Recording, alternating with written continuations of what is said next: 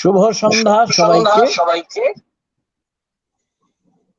আমরা উত্তরসূরির ব্যবস্থাপনায় এই যে লেখক ও তার জগৎ নিবিড় অবলোকনের পর্ব 2 আমরা করছি। এই অঞ্চলের যশস্বী গল্পকার মিথিলেশ ভট্টাচার্যকে নিয়ে। এর আগে শারদীয় দুর্গাপূজার আগে উত্তরসূরির অনুষ্ঠান আমরা করেছিলাম। বিভিন্ন রকম উৎসব এখনো হয়তো তার রেশ পুরো কাটেনি, কিন্তু করোনার আবহে আমাদের উৎসবটাও এবার উৎসবের মতো হয়নি। তো সে যাই হোক, পৃথিবী তো চলতেই থাকে, উত্তরসূরিও চলছে। আমি সবাইকে আরো একবার স্বাগত জানিয়ে মিথিলেশ ভট্টাচার্য সম্পর্কে 2-4টে কথা বলবো। প্রথমত, যে কথাটা সবচেয়ে বেশি জরুরি বলে মনে করছি বলার জন্যে, যে যারা শুনছেন এবং দেখছেন তাদের মধ্যে কেউ কেউ অবগত আছেন, আবার অনেকে হয়তো জানেনও না। কেননা এই উত্তরসূরির অনুষ্ঠান আমাদের এই বরাক উপত্যকার প্রান্ত ছাড়িয়ে আসামের বিভিন্ন জায়গায়, ত্রিপুরায়, বাংলাদেশে, এমনকি সুদূর যুক্তরাজ্যেও অনেকে দেখছেন।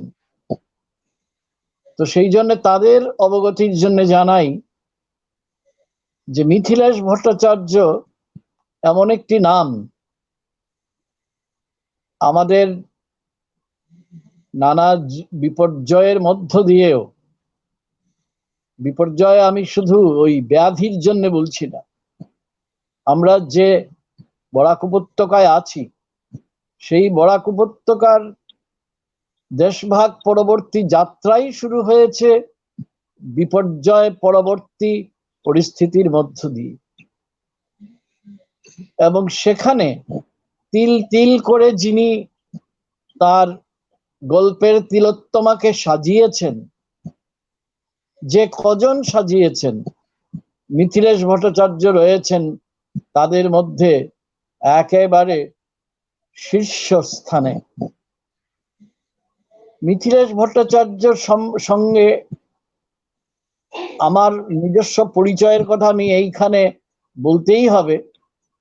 তো আপনারা যারা জানেন তারা তো জানেনই, যারা জানেন না তাদের জানাই যে মিথিলেশ ভট্টাচার্যের সঙ্গে আমি, তপোধীর ভট্টাচার্য, আমরা 1973 সালের 2রা জুলাই শতক্রতু নামে এক পত্রিকা নিয়ে যাত্রা শুরু করেছিলাম। মিথিলেশ ভট্টাচার্যের গল্প ছারপোকা, আমরা যাকে বলেছি প্রস্তাবনা সংখ্যা, তাতে প্রকাশিত হওয়ার পরে সবাইকে চমকে দিয়েছিল।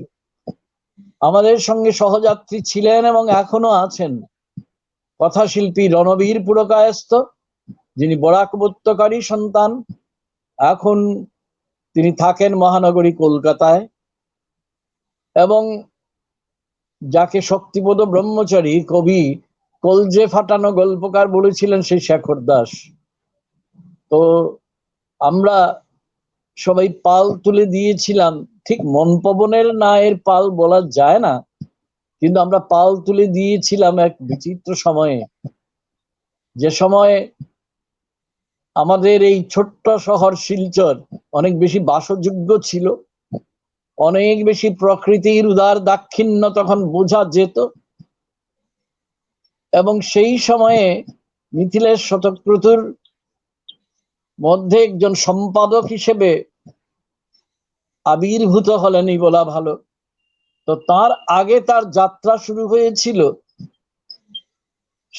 শ্যামলেন্দু চক্রবর্তীকে স্মরণ করি আজ, যিনি আমাদের এই অঞ্চলে গল্প আন্দোলনের ভগীরথ বলে থাকি আমি। তার অনিশ পত্রিকায় আমি, রণবীর, মিথিলেশ, আমরা সবাই ওই পত্রিকার পতাকা তলে সমবেত ছিলেন আমাদের কবি বন্ধু দিলীপ কান্তি লস্কর এবং আরো কেউ কেউ। তো সেদিন থেকে আজ পর্যন্ত এটা নিঃশব্দে একটি ইতিহাস রচনা করে গেছেন মিথিলেশ ভট্টাচার্য। শুধু কাছে থেকে দেখি বলে আমরা অনেক সময় সেটা বুঝতেও পারি না যে মিথিলেশ ভট্টাচার্যের লেখক জীবনের 53 বছর নিঃশব্দে কিন্তু পেরিয়ে যাচ্ছে এই 2020 সালে 21 শতকের দ্বিতীয় দশকের শেষ বছরে। এটা সাধারণ কথা নয়।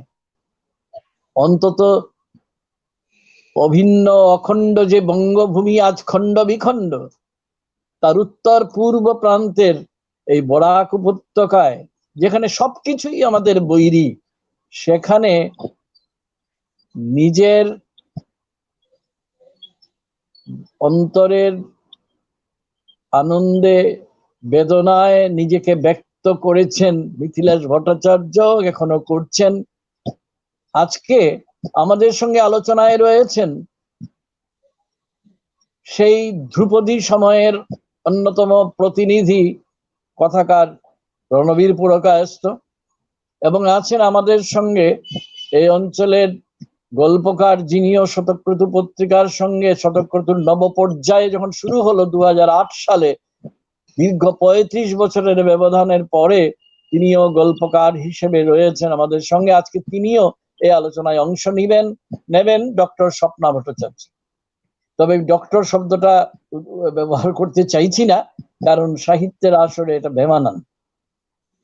তো আজকে আমরা মিথিলেশকে নিয়ে, আমি, রণবীর, মিথিলেশ, স্বপ্না এবং আজকে যিনি উপস্থিতি যার অনুভব করছি সেই শেখর দাস, যিনি আজ দীর্ঘদিন ধরে শয্যাশায়ী, আমাদের সেই সময়ের অনেক অজস্র যে আড্ডা, তারই একটা অন্যরকম আয়োজন উত্তরসূরির কল্যাণে আজ হলো।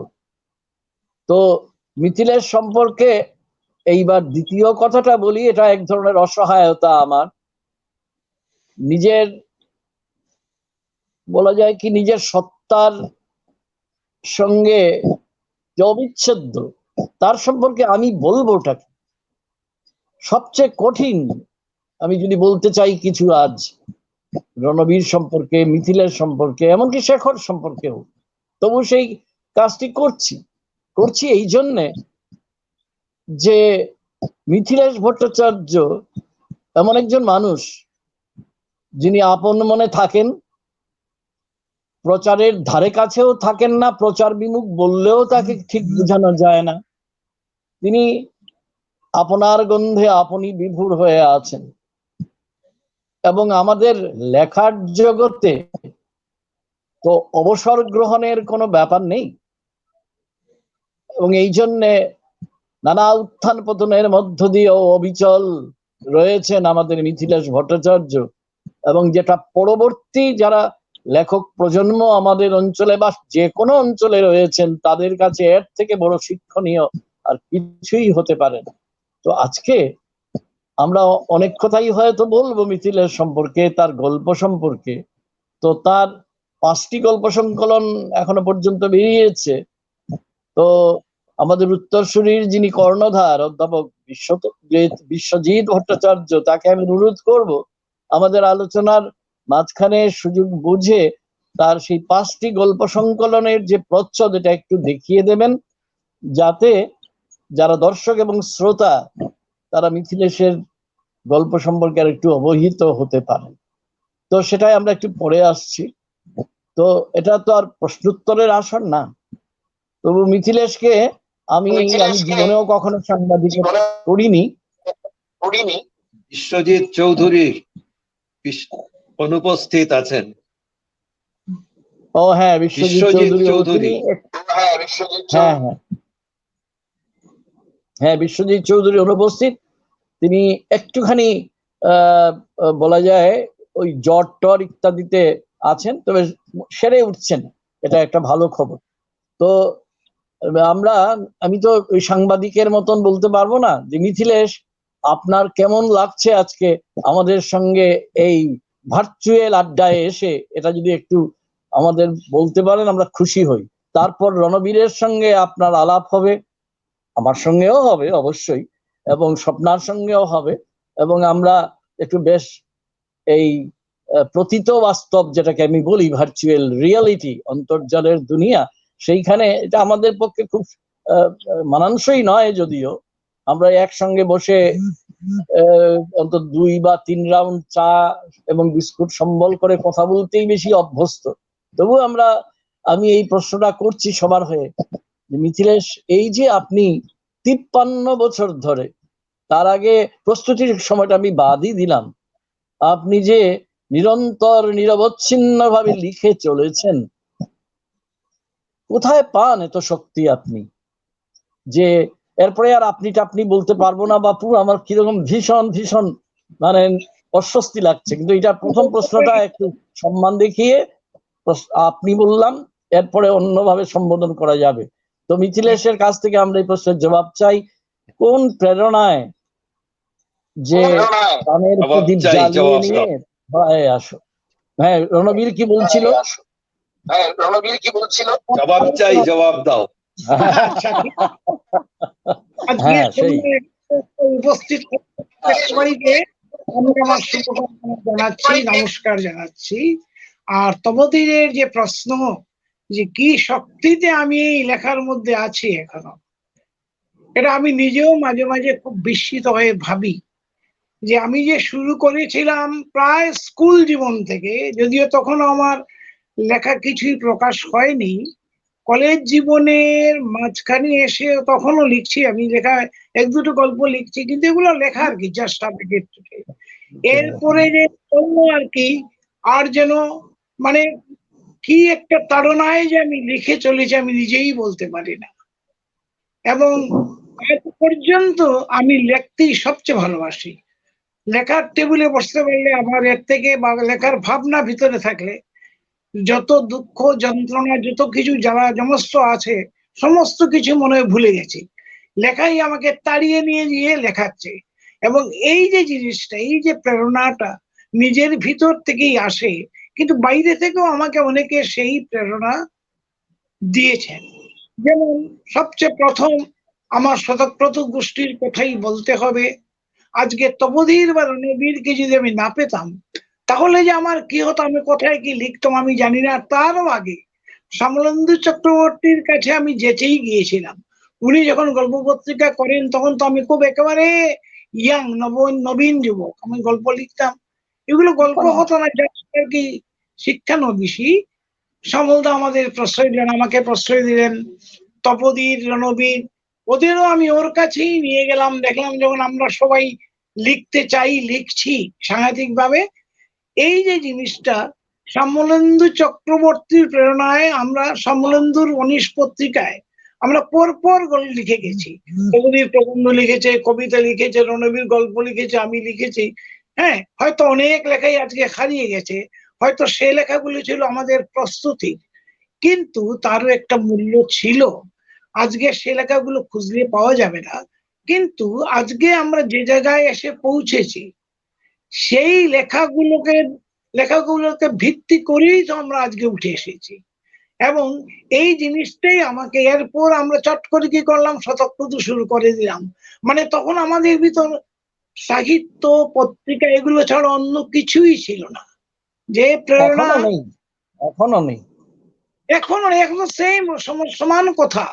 এখনো সাহিত্য ছাড়া, লেখা ছাড়া আমরা কিছুই বুঝি না।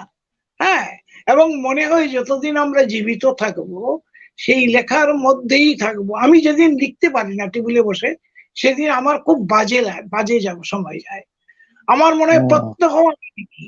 হ্যাঁ, লেখার তো ইয়ে নেই, অজস্র কল্প ছড়িয়ে আছে জীবনের পরতে পরতে। হ্যাঁ, কিন্তু কতটুকু আমি লিখতে পারি, কতটুকু আমি লিখবো, কিন্তু সেই যে যখন সেই প্রেরণাটা পাই না, বা কোনো কারণে হয়তো আমি সেই ইয়েটা পাচ্ছি না আর কি, এই যে স্টার্টিংটা পাচ্ছি না, তখন গিয়ে একটু খুবই খারাপ লাগে। মনে হয় আমার তো কিছু করার নেই, হাত খালি, কি করব, আমার কোনো কাজ নেই।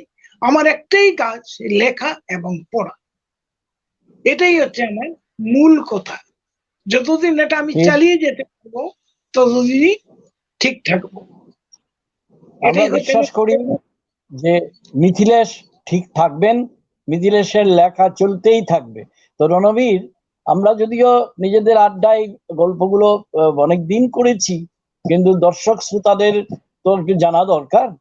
সেই জন্যে এই যখন রণবীর এবং মিথিলেশ পরস্পরের কাছ থেকে ভীষণই দূরত্বে নয়, সংলগ্নতায় ছিল নূতন পট্টিতে শিলচরের, সেই সময়ে আমি রণবীরের কাছ থেকে রণবীরের মিথিলেশ আবিষ্কারের একটু গল্প শুনতে চাইছি।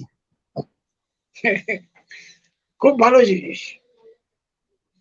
রণবীর কি করে মিথিলেশ ভট্টাচার্যকে আবিষ্কার করলো, সেই দিনকার গল্প, সেই তারুণ্যের দারুণ গল্প। মিথিলেশ কিভাবে রণবীরকে আবিষ্কার করলো সেই জিনিসটা হতে পারে। হ্যাঁ আরে যাই হোক, নিশ্চয়, এটাও দীপক চক্রবর্তী লিখছে, তবুদার মুখে নামান আপনি সম্বোধন অসুবিধা লাগছে, আমারও বেশি অসুবিধা লাগছে আমার। তো রণবীর আমাদের যদি একটু বলেন তাহলে একটু আমরা খুশি হই যে রণবীরের মিথিলেশ আবিষ্কার বা মিথিলেশের রণবীর আবিষ্কার, এটা নিয়ে। মানে বিশ্বজিৎ ভট্টাচার্য সে আমাকে আমার মুখ বন্ধ করে রেখে দিচ্ছে, তাই আমি মাঝখানেও কোনো কথা বলতে পারছি না, কারণ হয়তো কিছু একটা যান্ত্রিক গোলযোগ হচ্ছে, যার জন্য আমি যন্ত্রে এলে পরেই একটা গোলযোগ হয় শব্দের। যাই হোক, তো শুরুটা আমি মিথিলেশকে নিয়ে শুরুটা আমি অন্যরকম ভেবেছিলাম, কারণ ব্যক্তিগত ব্যাপারটাকে এটা মানে তপোদীপ যেটা ধরিয়ে দিল বা মিথিলেশও যা বললো তাতে ওই আমাদের, কারণ 2-3 দিন আগেও আমার সঙ্গে মিথিলেশের যখন কথা হয় তখন মিথিলেশ বলেছিল আমাদের এই নতুন পট্টির মোড়ের অমূল্যর দোকানটাই আমাদের মূলধন, সেখান থেকেই আমাদের যাত্রা শুরু। এবং আমি এবং মিথিলেশ এখনো মধ্যে মধ্যে ওই ওই অমূল্যর দোকানের তার একটি বিশেষ চরিত্র, একটি দুধওয়ালার চরিত্র, এটা কি কেশবলাল নাকি দুধওয়ালার চরিত্র, যে কে বলতো? হ্যাঁ গল্পটা, হ্যাঁ ওই যে দুধ বিক্রি করতো যে, হ্যাঁ ও দুধ যে বিক্রি করতো, আচ্ছা আচ্ছা, ওই যে কেশবলাল কেশবলাল নয়। আচ্ছা যাই হোক, সেই মানে আমাদের ওই আমার বাড়িটা ওই নতুন পট্টির মোড়ে অমূল্যর দোকান যে জায়গাতে ছিল তার ঠিক উল্টো দিকে আমার বাড়ি ছিল। এবং ওখানে তখন তো ওই মানে টিউশনির 10 টাকা সেই সম্বল করে ওই সকালবেলা হয়তো 1 কাপ চা হলো, তারপরে একটা সিগারেট ইত্যাদি ইত্যাদি, তো এরকম অমূল্যর দোকানে হয়। আর তখন কলেজে উঠেছি, আমার মনে হয় কলেজের সময়টাতে, আর একটু ওই লেখালেখির পাই। আর মিথিলেশের দাদা মহানন্দ ভট্টাচার্য, আমাদের কেশবদা আমার দাদার বন্ধু, খুবই বন্ধু, এবং কেশবদা সব সময় আমাদের বাড়িতে আসতো। ওরা 3 ভাই, এখনো একাই আছে, মহানন্দ, মিথিলেশ আর মহিতুষও নেই। মহিতুষ আমাদের সমবয়সী মহিতুষ। হ্যাঁ আমার এবং রণবীরের সঙ্গে। হ্যাঁ হ্যাঁ, তো যাই হোক, আমার মানে 2 বছর 2.5 বছর বা 3 বছর হবে এরকম আমাদের মিথিলেশকে আমি তখন একটু সম্ভ্রমের চোখে দেখতাম, মন্টুদা বলে ডাকতাম, ওর ডাক নাম মন্টু, হ্যাঁ মন্টুদা বলে ডাকতাম। তারপরে ওই যে তপোদীর বললো আপনি টাপনি বলা যায় না, তারপরে এখন ওই ওর কাছ থেকে কোনো কিছু যখন আদায় করতে হতো তখনই ওই মন্টুদা বলে ঝুলে থাকতাম আর কি। হ্যাঁ, ও তো সিগারেট খেতে হবে একটা এখন, হ্যাঁ তখন মন্টুদা দে না, একটা দে। আর মন্টুদার কাছে সিগারেটের পয়সা কি করে আসে, কারণ সে তখন ওই কোথাও গ্রামে ওই খাইলু, তারপরে ওই ডলুর ওদিকটাতে অনেক অনেক স্কুলে ওই হয়তো 1 মাস 2 মাস পড়িয়ে এসছে, তখন ওর হাতে কিছু টাকা পয়সা থাকতো, সেগুলো ভাঙিয়ে ভাঙিয়ে কয়েক মাস চলতো। তো কি করে জানি না, ওখানে আমিও লেখালেখিতে একটু উৎসাহী, এবং মিথিলেশও উৎসাহী নয়, মিথিলেশ তখন লিখছে, কারণ সবারই হাতে খড়ি ওই প্রান্তজ্যোতি।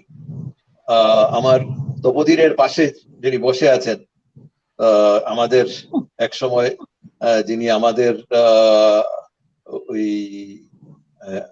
হ্যাঁ আমাদের শতক্রতু, এই যে মিথিলেশও বললো আমাদের গোষ্ঠী, সেই গোষ্ঠীটাকে টিকিয়ে রাখার যে প্রধান সূত্র, সেই সূত্র স্বপ্না ভট্টাচার্য, তিনিও কিন্তু এই প্রান্তজ্যোতিতেই প্রথম গল্প লেখেন। এবং গল্পের নামটা মনে আছে? বলা যায়, এই তো মানে তিনি বলে দিচ্ছেন। হ্যাঁ, গল্পের নাম ছিল পয়োধীর। হ্যাঁ, তো খুব ইন্টারেস্টিং ব্যাপার।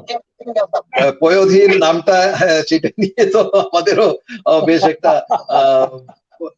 যে কোনো সাযুজ্য অন্য কোনো নামের সঙ্গে আছে কিনা, হ্যাঁ, কারণ থাকতেই পারে। আমি ভদ্রমহিলার কথা জানতামই না তখন। না জানার কোনো কারণ নেই, এটুকু আমি বলি, কারণ আমি মানে জানার কারণটাও আমি বলে দিই তাহলে, মানে দর্শক শ্রোতাদের। আমরা স্কুলে পড়তাম, কাছাড় স্কুলে তপোধীরের বাবা আমাদের স্যার তারাপদ ভট্টাচার্য আমাদের ইংরেজির টিচার ছিলেন।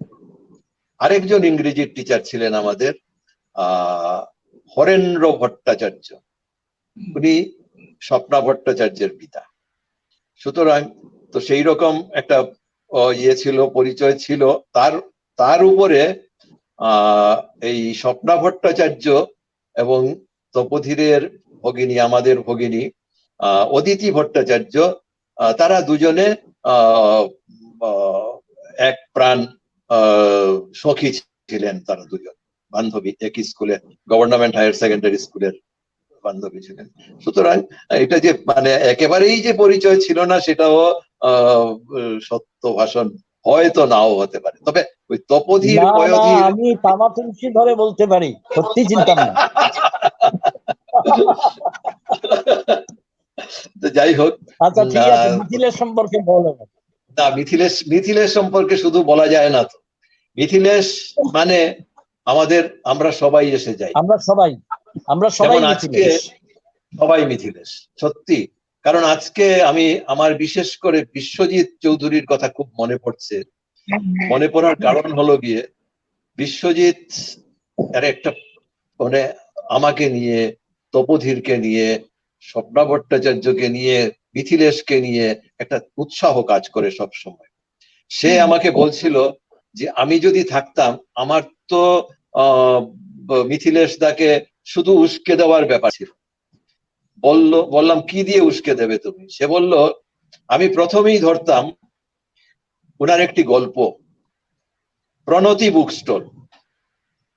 প্রণতি বুক স্টলের এই প্রণতি, এইটা কি, প্রণতি নামটা কেন হলো, এটা কি ওনার নিজস্ব দোকানপাট ইত্যাদি এই সেই? হ্যাঁ, এটা তো একটা রহস্য আছে।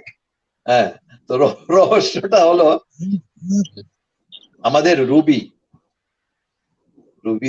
আজ আমাদের মধ্যে নেই, কিন্তু রুবির ভালো নাম প্রণতি। তো আমরা তো গল্প লিখি, সবকিছু নিজেকেই লিখি। এটাও একটা ওই যে নিবিড় অবলোকনের জায়গায় যদি আমরা যাই, আমরা নিজেকেই লিখি। তো এই প্রথম বোধহয় একটা গল্পতে সে সরাসরি কোনো কিছু, কারণ ওর কোনো গল্পে আমরা শতক্রতুর সব বন্ধুদের মধ্যে কেউ উপস্থিত নেই কিন্তু। হ্যাঁ, কারণ এই তপোধীরের মিথিলেশের গল্পতেই শুধু আমরা কেউ উপস্থিত নেই, কিন্তু একমাত্র এই প্রণতি রুবি উপস্থিত ছিল। এবং রুবি আমাদের সৌভাগ্য যে আমরা এই মানে সব যুদ্ধ টুদ্ধর পেছনে নাকি একজন মহিলা কাজ করেন। হ্যাঁ, তো এটার বিপরীতে বলা যায় সব ভালো ভালো কিছুর পেছনেও মহিলারাই কাজ করেন। যেমন আমাদের এই গোষ্ঠীর প্রধান মহিলা, প্রধান বললাম এই কারণে, কারণ এই স্বপ্না ভট্টাচার্য ওই ওই যে অদৃশ্য একটা সুতোর কাজ করেন সব সময়। তারপরে এই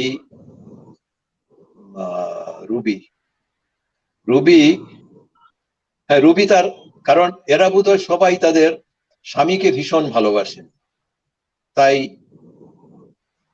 যখন খুব অসুখে না, ভুগছেন, স্বামীকে ভালোবাসার দিক দিয়ে আরেকজনের নাম না করলে অন্যায় হবে।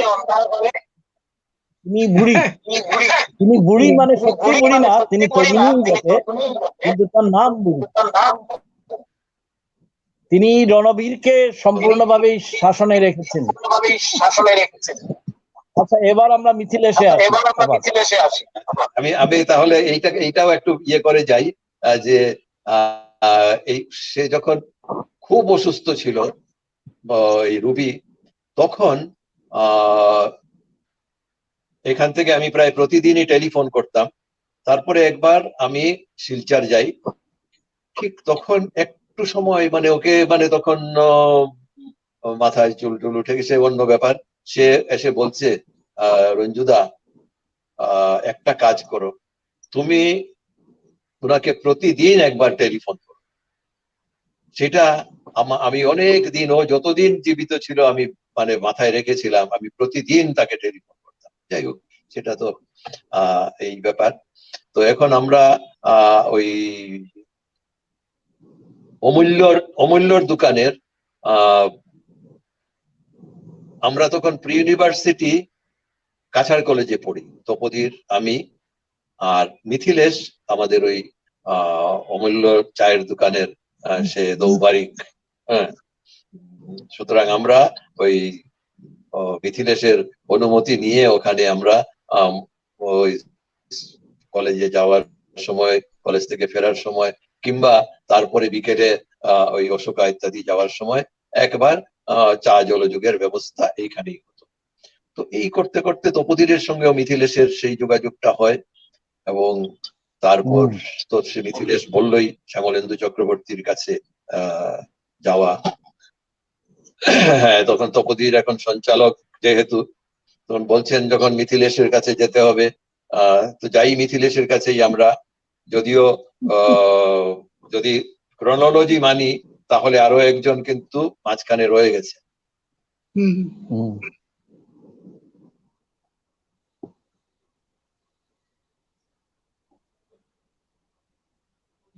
আমি কি স্বপ্না ভট্টাচার্যকে কিছু কথা বলতে বলবো?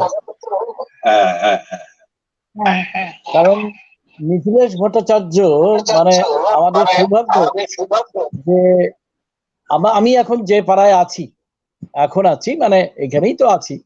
তো সেইখানে আমাদের যে সমবেত গল্পের যে হেঁসেল এবং গল্পের যেটা আশ্রয়স্থল শতক্রতু তার হেঁসেল, সে হেঁসেলের খবর স্বপ্না ভট্টাচার্য অনেকটা দিতে পারবেন। এবং মিথিলেশ, ওই যে বললাম, এটা সৌভাগ্য, খুব আমাদের ঢিল ছোড়া দূরত্বেই তিনি বেশ কিছু বছর কাটিয়েছেন।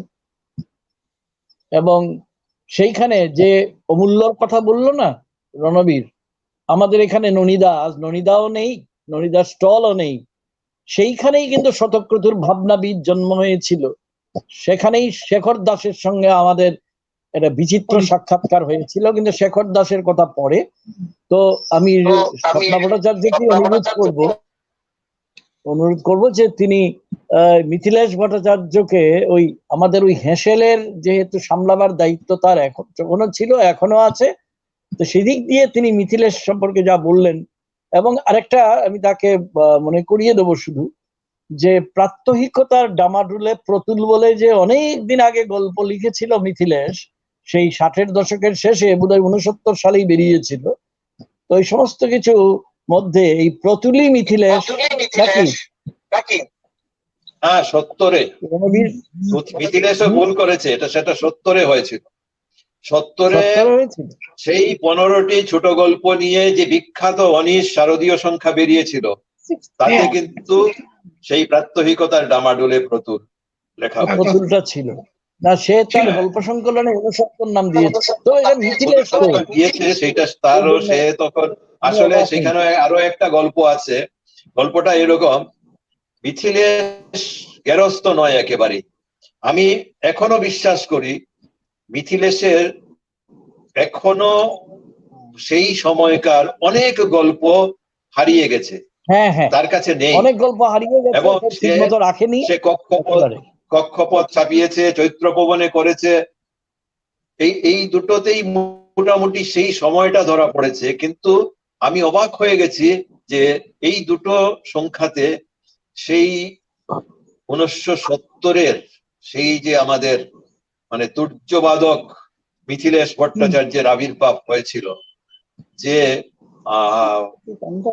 তখন সেটা অন্য কথা আমি হয়তো বলবো তখন মিথিলেশের গল্পের ব্যাপারে বলতে গিয়ে। তখন এই 15টা গল্প সব খুব ভালো ভালো গল্প লেখা হয়েছিল, কিন্তু আমার মতে শ্রেষ্ঠতম গল্পটি ছিল মিথিলেশ ভট্টাচার্যের সেই প্রাত্যহিকতার ডামাডোলে প্রতুল। গল্প ভাষা, কি নবীন নবীন নতুন আগমন, মানে সত্যি কথা বলা যায় সেটা একটা আগমন হয়েছিল, বাংলা আবির্ভাব, সত্যি সত্যি আবির্ভাব হয়েছিল। সেই মিথিলেশের প্রাত্যহিকতার ডামাডোল নিয়েই আমি একটা অনুষ্ঠান করে ফেলতে পারি, বা তার ঝাড়পোকা নিয়ে আমি একটা অনুষ্ঠান করে ফেলতে পারি। তবে আমি তপতিরকে আমি এখানে বললাম যে 69 নয়, সেটা 70। এবং এই গল্পটি তাকে আমি তখন সেই আমাদের সেই বিখ্যাত শ্যামলেন্দুদার অনিশ শারদীয় সংখ্যা 70-এর থেকে কপি জেরক্স করে তার কাছে পাঠাই। তারপরে সে সেই গল্পটা, এটা লক্ষ্য করে দেখবেন যে সেটা অনেক পরে। আমি বলি যে মিথিলেশের প্রথম গল্প প্রাত্যহিকতার ডামাডোলে প্রতুল, কিন্তু এটা নিয়ে হয়তো মিথিলেশের সঙ্গে একটা ওই ধাঁধার খেলাও আমি খেলতে পারি। সুতরাং এটা কারণ সে তো বলেই ফেলেছে যে তার লেখালেখি অনেক আগে আরম্ভ হয়েছে, কিন্তু আমি মনে করি যে মিথিলেশ এর শুরু হয় প্রাত্যহিকতার ডামাডোলে প্রতুল 70-এ, তারপর 73-এ, তারপর 73-এ শতকৃত, সেটাই পরে আসছে। তো আমি বললাম শুরুতে একটু স্বপ্না ভট্টাচার্যের কাছে আবার যাই, শোনা হয়নি। আমাদের এই শতকৃতির সমবেত হেঁসেল ইত্যাদি সামলাতে সামলাতে তিনি মিথিলেশ ভট্টাচার্যকে কিরকম দেখেছেন একটু আমরা জানি হয়তো, কিন্তু এটা দর্শকদের সঙ্গে একটু ভাগ করে নিতে অনুরোধ করছি। স্বপ্না ভট্টাচার্য। প্রথমেই উত্তরসূরিকে আমার ধন্যবাদ মিথিলেশ ভট্টাচার্য সম্বন্ধে কিছু কথা বলার বা বলতে দিতে সুযোগের করে দেওয়ার জন্য। তো মিথিলেশ দা সম্বন্ধে বলতে গেলে আমি দাদা বলেই ডাকি মিথিলেশ দাকে। ওই সময়ের কথাটা একটু বলতে হয়। তখন আমরা কলেজে পড়ি, একটু লেখালেখি যারা করে তাদের সরিয়ে ক্যামেরাটা একটু সরিয়ে আপনি প্রকট হন, ক্যামেরাটা একটু সরিয়ে দিন, আপনি প্রকট হন। হ্যাঁ এরকম ঠিক আছে, প্রকট হয়েছি। তো যারা লেখে তাদের সম্বন্ধে আমাদের একটা ছিল। তখন আমরা ওই পূর্বশ্রী এই পেতাম, ওইখানে টুকটাক গল্প ছিল, সেগুলো দেখতাম। তারপর যখন বিএ পাশ করে বিটি কলেজে ভর্তি হলাম, তখন অদিতির সঙ্গে আমার ননদ পরিচয়। সে মাঝে মধ্যে শতক্রতু নিয়ে যেত, সেটাও বেশি দিন হয় বেরোয়নি। সেখানে মিথিলেশ ভট্টাচার্যের একটা গল্প দেখলাম, জগৎ পাড়া বারের তীরে। আমি কিরকম পাঠক ছিলাম জানি না, কিন্তু পড়ার ভীষণ আগ্রহ ছিল, বিশেষ করে ছোট গল্প। তাছাড়া লেখক সম্বন্ধে বললামই তো, আমার ভীষণ একটা সমীহ বোধ কাজ করতো ছোটবেলা থেকে। আর একজন জলজ্জান্ত লেখক, যিনি আবার আমার বান্ধবীর দাদার বন্ধু, তার লেখা ম্যাগাজিনে প্রথম দেখে খুব উত্তেজিত হয়েছিলাম। গোগ্রা সে গল্পটা পড়ে ফেললাম, কিন্তু সেই গল্পটা আজ পর্যন্ত আমার মনকে কিন্তু নাড়িয়ে যায়। একটা লাইন ছিল, জলপাই রঙের জিপ। জানি না লাইনটার মধ্যে সেই কি ছিল, কিন্তু আমার সেই জগৎ পাড়াবাড়ির তীরে গল্পটা মনে পড়লেই সেই লাইনের কথাটা মনে পড়ে। তো তারপরে তো রেগুলার মানে নিয়মিত ভাবে পড়তাম, এবং এটা হয়তো আমারই সৌভাগ্য কিংবা যাই হোক, মিথিলের দার সঙ্গে আমাদের পারিবারিক একটা বৈবাহিক বন্ধনের সূত্রপাত হয়ে গেল। আমার এক বঞ্জির সঙ্গে মিথিলের দাদার বিয়ে হলো, আর আমি মনে মনে ভীষণ খুশি হলাম এবং ভাবতে লাগলাম কবে মিথিলেশ ভট্টাচার্যের বাড়িতে যাওয়া যায় আর মানে শ্বশুরের একজন লেখককে আমি দেখব। তো গেলাম, দেখলাম, এবং যথেষ্ট সমীহের সঙ্গে দূর থেকে দেখতাম, এবং অদিতিকে প্রায়ই বলতাম, এবং অদিতি শতপ্রত দিত, তাদের গল্প টল্প করতো এইভাবে। তো তখন থেকেই মিথিলেশ দা যে একজন মানে অন্য ধরনের লেখক, এবং আমরা যা দেখতে চাই, আমি আমার তখনকার অপরিণত পাঠক মন নিয়েও বুঝতে পারছিলাম যে মিথিলেশ দা কিন্তু মানে এই প্রাত্যহিকতার বাইরে একটা অন্য ধরনের অনুভব আছে, এবং আমি গল্পগুলোকে ভীষণ ভালোবাসতে শুরু করলাম। মিথিলেশ, তারপর আমার বিয়ে হয়ে গেল ওই পাড়াতেই, যে পাড়াতে মিথিলেশ দা থাকতেন। তো তখন সেই সময়টা ভীষণ আনন্দে কাটতো। মিথিলেশ দা রোজ সকালবেলা অফিসে যাওয়ার আগে আমাদের বাড়িতে আসতেন, এসে সেই একই কথা, একই গল্প, এই গল্প নিয়ে, গল্পের বিভিন্ন কথা, সাহিত্য, কি পড়লেন না পড়লেন। আর এই আমার অফিসে যাওয়ার আগে ওই সময়টুকু আমরা খুব আনন্দ পেতাম। এবং আমার এখন মনে পড়ে যে সাহিত্য কিভাবে ব্যক্তিগত জীবনকেও প্রভাবিত করে, সেটা তখন বুঝতে পেরেছিলাম।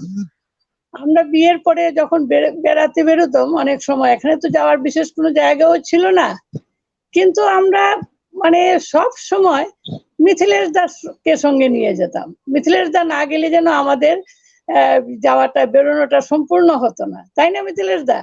মনে আছে আপনার? হ্যাঁ, মনে আছে। হ্যাঁ, তারপর হ্যাঁ, আর যখনই যেতাম, বিশেষ করে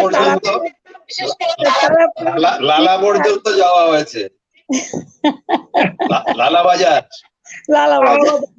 তারপরে কারণ তারপরে তো মিথিলেশ দার সঙ্গে কথা হতো। শেখর দাস তখন ওই ঘনিয়ালাতে থাকতো, বা বাড়ি টাড়ি করে চলে এসছে। প্রায় প্রতিদিন বিকেল বেলা শেখর দাস আসতো, নিত্য নতুন লেখা হতো, লেখাগুলো লিখেই শোনাতো। মিথিলেশ দাও থাকতো, শেখর দাস থাকতো, আর আরেকজন আসতেন লালাবাজার থেকে। উনি তখন ইউনাইটেড ব্যাংকের ম্যানেজার হয়ে লালাবাজারে পোস্টিং। শনিবারের জন্য আমরা অপেক্ষা করে থাকতাম কখন রণবীর পুরকায়স্থ আসবেন, রঞ্জন আসছে। তার পরবর্তী সময়ে তার কোনো একটা গল্পে রঞ্জন আসছে, সেই সময়কার কিছু আভাস পাওয়া যায়। কারণ ওই যে তখন একটা সবচেয়ে মজার ব্যাপার কি, তখন আমি ঠিক লেখার জগতে আসবো ভাবিনি, লেখালেখি করব সেটাও ভাবিনি, নিজেকে আড়াল করেই রেখেছি, কিছু ছিল না প্রকাশিত হওয়ার মতো।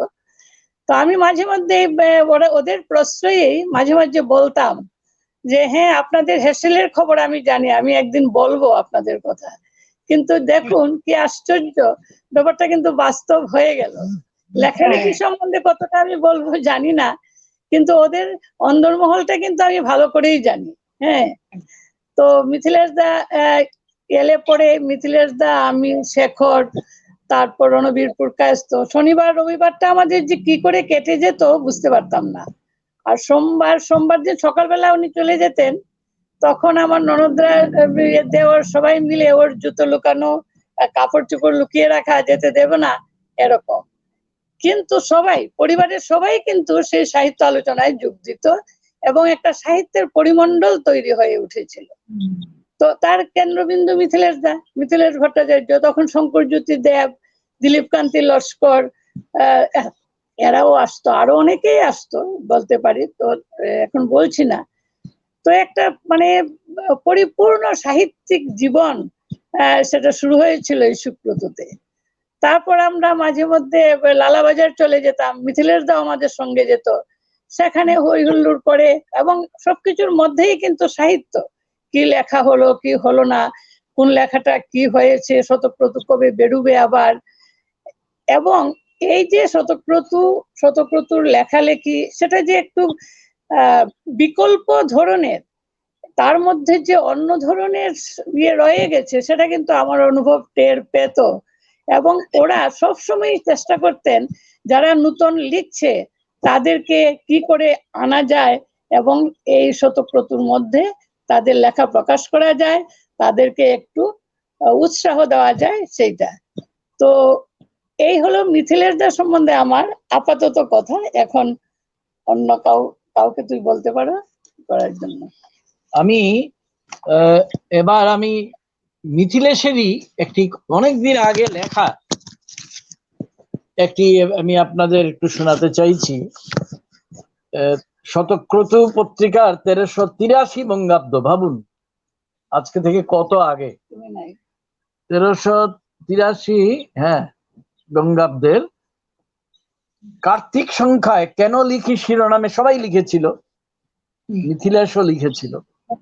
মিথিলেশের এই অংশটা আমি একটু শোনাচ্ছি, এবং তারপর মিথিলেশ এর পরে কি, এটার এতদিন পরে মিথিলেশ কিভাবে সেটা পাল্টাবে, সেটা হয়তো দর্শক শ্রোতারা জানতে চাইবেন।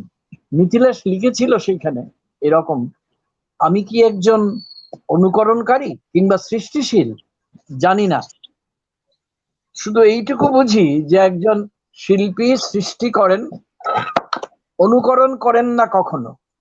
নীল সাদা জামা, একরত্তি মেয়ে আমার ভালোবাসা, ঘুষ কাকু, এবং আমরা অনেকানেক মানুষই, ঘটনা দুর্ঘটনা আমার লেখার সরঞ্জাম। যথেচ্ছ আমি ভেঙে দিই ওদের, নির্মাণ করি একজন কুমোরের মতো সম্পূর্ণ নতুন কল্পনায়। তাই দাবির দিকে আমি হাত তুলে নিঃশব্দে বলে উঠি বারবার, থামো তোমরা, আমি অনুকরণকারী নই। আমি কি আদৌ লেখক? কেন লিখি এই কথা পাঠক সমক্ষে তুলে ধরার যোগ্যতা আমার আছে কি? নেই, কেননা আমি লেখক নই। লেখার জগতে একজন শিক্ষানবিশ, একজন পাথর ভাঙা দিনমজুর। শস্যক্ষেত্রের চূড়া ইঁদুরের মতো আমি সকল ঘটনা প্রবাহ আর অনুভূতির ভিতর তুর তুর করে ছুটে বেড়াই। সেই শৈশব কাল থেকে বলতে গেলে স্কুল পালানো আর সারাদিন আপনার মানে বাঁশি বাজানোর বয়স থেকে হন্যে হয়ে ছুটে যাই প্রকৃত লেখার পেছনে। একেবারে অকস্মাৎ থেমে দাঁড়াই, পিছনে ঘাড় ঘুরিয়ে তাকাই, লক্ষ্য করি অনেক দূরে এসে পড়েছি, কিন্তু তাও ভ্রম। আসলে প্রথম দিন আমি যেখানে ছিলাম সেখানেই থেমে আছি। একজন সত্যিকারের আন্তরিক লেখকই এরকম লিখতে পারেন, অনেস্ট যাকে বলে ইংরেজিতে, অনেস্ট লেখকই এরকম লিখতে পারেন। তবু জানি লেখা ছাড়া আমার পরিত্রাণ নেই তো। সেই জন্যই তো মিথিলেশ 53 বছর ধরে অনির্বাণ প্রদীপের মতন জ্বলে যাচ্ছেন, লিখে যাচ্ছেন। তো মিথিলেশ এখন কি ভাবেন, এটা হয়তো তাকে আমি তার কাছ থেকে জানতে চাইবো, দর্শক শ্রোতারা জানতে চাইছেন আমি ভরসা করি। কিন্তু তার সঙ্গে একটু ব্যক্তিগত কথাও বলি। ওই যে মিথিলেশের সঙ্গে লালাবাজার যাওয়ার কথা স্বপ্না বললেন, রণবীর বললেন, এইরকম করে মিথিলেশকে নিয়ে আমি আমার বিয়ের আগে থেকেই কত জায়গায় যে গেছি তার ইয়ত্তা নেই। মিথিলেশের সঙ্গে নিস্তল চা বাগানে, সে এয়ারপোর্টের পেছনে, সেই দিন কোথায় গেল রে মিথিলেশ গেছে, কি যে ছিলাম তখন, হায় হায়। মিথিলেশ যেখানে গেছে সেখানে হয়তো সে টিউশনি করছে, আর আমি তার সঙ্গে চলে গেছি। ভদ্রতা, সৌজন্য এগুলো তখন বালাই ছিল না, এবং গেছি এবং সেইখানে গিয়ে থেকেওছি।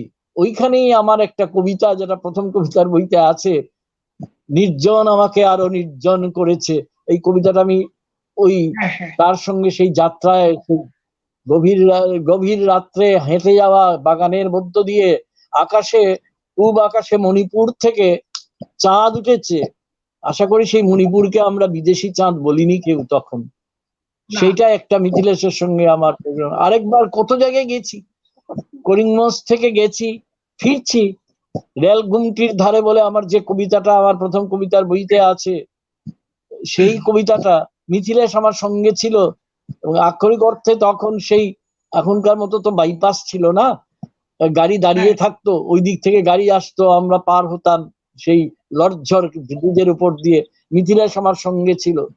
আরেকবার বিশ্বজিৎ চৌধুরীর কথা বলি, আমি আর মিথিলেশ সেই ৭৬ সালের ভয়ঙ্কর বন্যার সময়ে চারদিকে টইটুম্বুর, মিথিলেশেরও এটা নিয়ে কোনো মাথা ব্যথা নেই, আমারও নেই, আমরা বেরিয়ে পড়েছি। গিয়ে কোথায় গেছি, তখন যাওয়া যে কি কষ্টকর ছিল, দুটো বাস চেঞ্জ করে। রামকৃষ্ণনগরে থাকতো বিশ্বজিৎ, তার বিয়ে টিয়ে হয়নি, আমাদেরও বিয়ে হয়নি। আমরা গেছি, আর একদিন থাকার নাম করে 3 দিন ছিলাম। তৃতীয় দিনের দিন বিকেল বেলা হঠাৎ দেখি ঘাটটার চুলকে বিশ্বজিৎ কাঁচুমাচু হয়ে বলছে, চারদিকে কিন্তু রাস্তা বন্ধ। বলে রাস্তা বন্ধ মানে কি?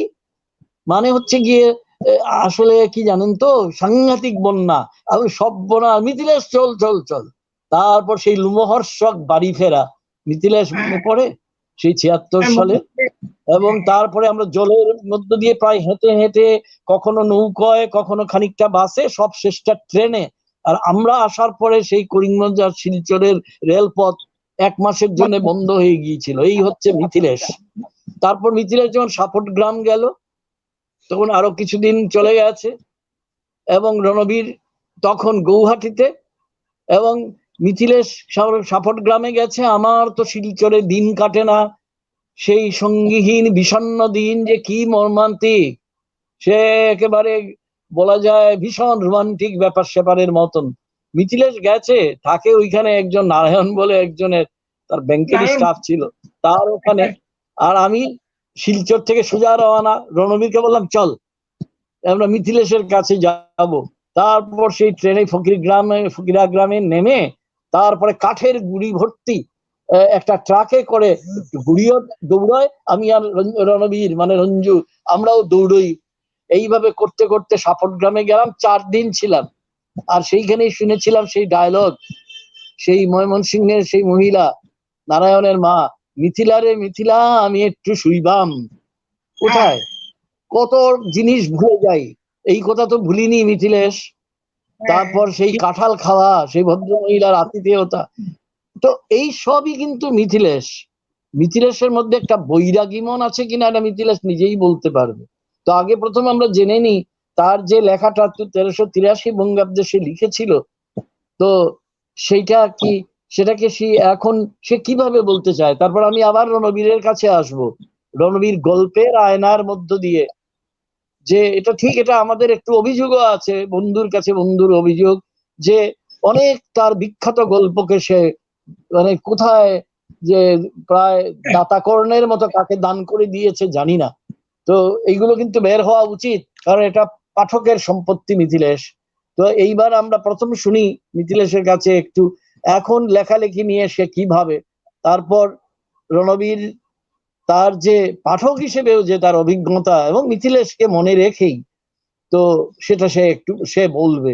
তো প্রথম মিথিলেশকে জিজ্ঞেস করি, মিথিলেশ এখনো কি মনে পড়ে ভাই আমাদের সেই উথাল পাথাল দিনগুলো, যখন আমরা প্রত্যেকেই ছিলাম লগন চাঁদা, আমাদের চন্দ্রা হতো ছিলাম সবাই, কখন কি করতাম সেটা ঠিক নেই, তো কিন্তু লেখার ব্যাপারে ভীষণ সিরিয়াস। মিথিলেশের এই গল্পের ওই লাইনটারে ভাই, মৃগাঙ্ক মনে পড়ে কি? অনেক পরাজয় আছে মৃগাঙ্কর, কবিতার লাইন তো ভুলি না, মিথিলেশের গদ্যের লাইন তো ভুলিনি, অনেক পরাজয় আছে মৃগাঙ্ক। আমার মনে হতো আমি বোধহয় সেই মৃগাঙ্ক। কিন্তু সেটাই হোক, আমরা মিথিলেশের কাছে একটু শুনে নিই। সেই গল্পটাই তো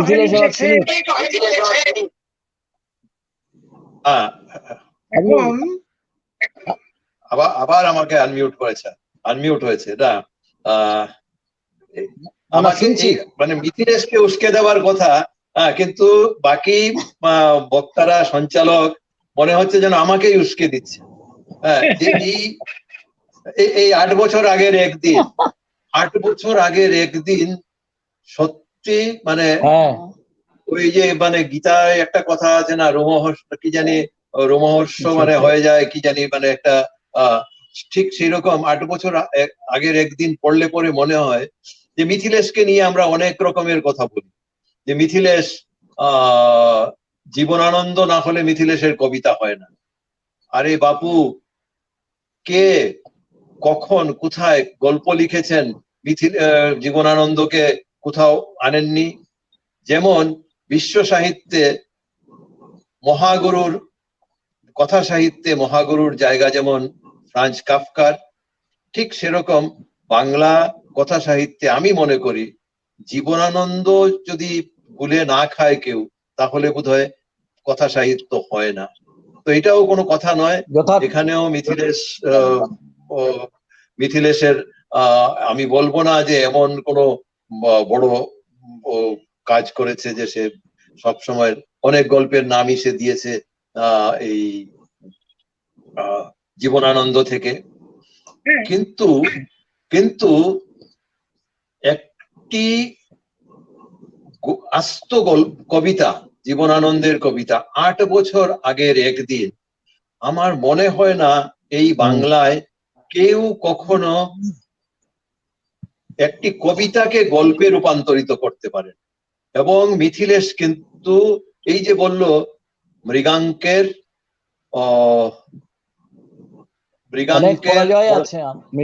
পরাজয়, হ্যাঁ পরাজয় আছে।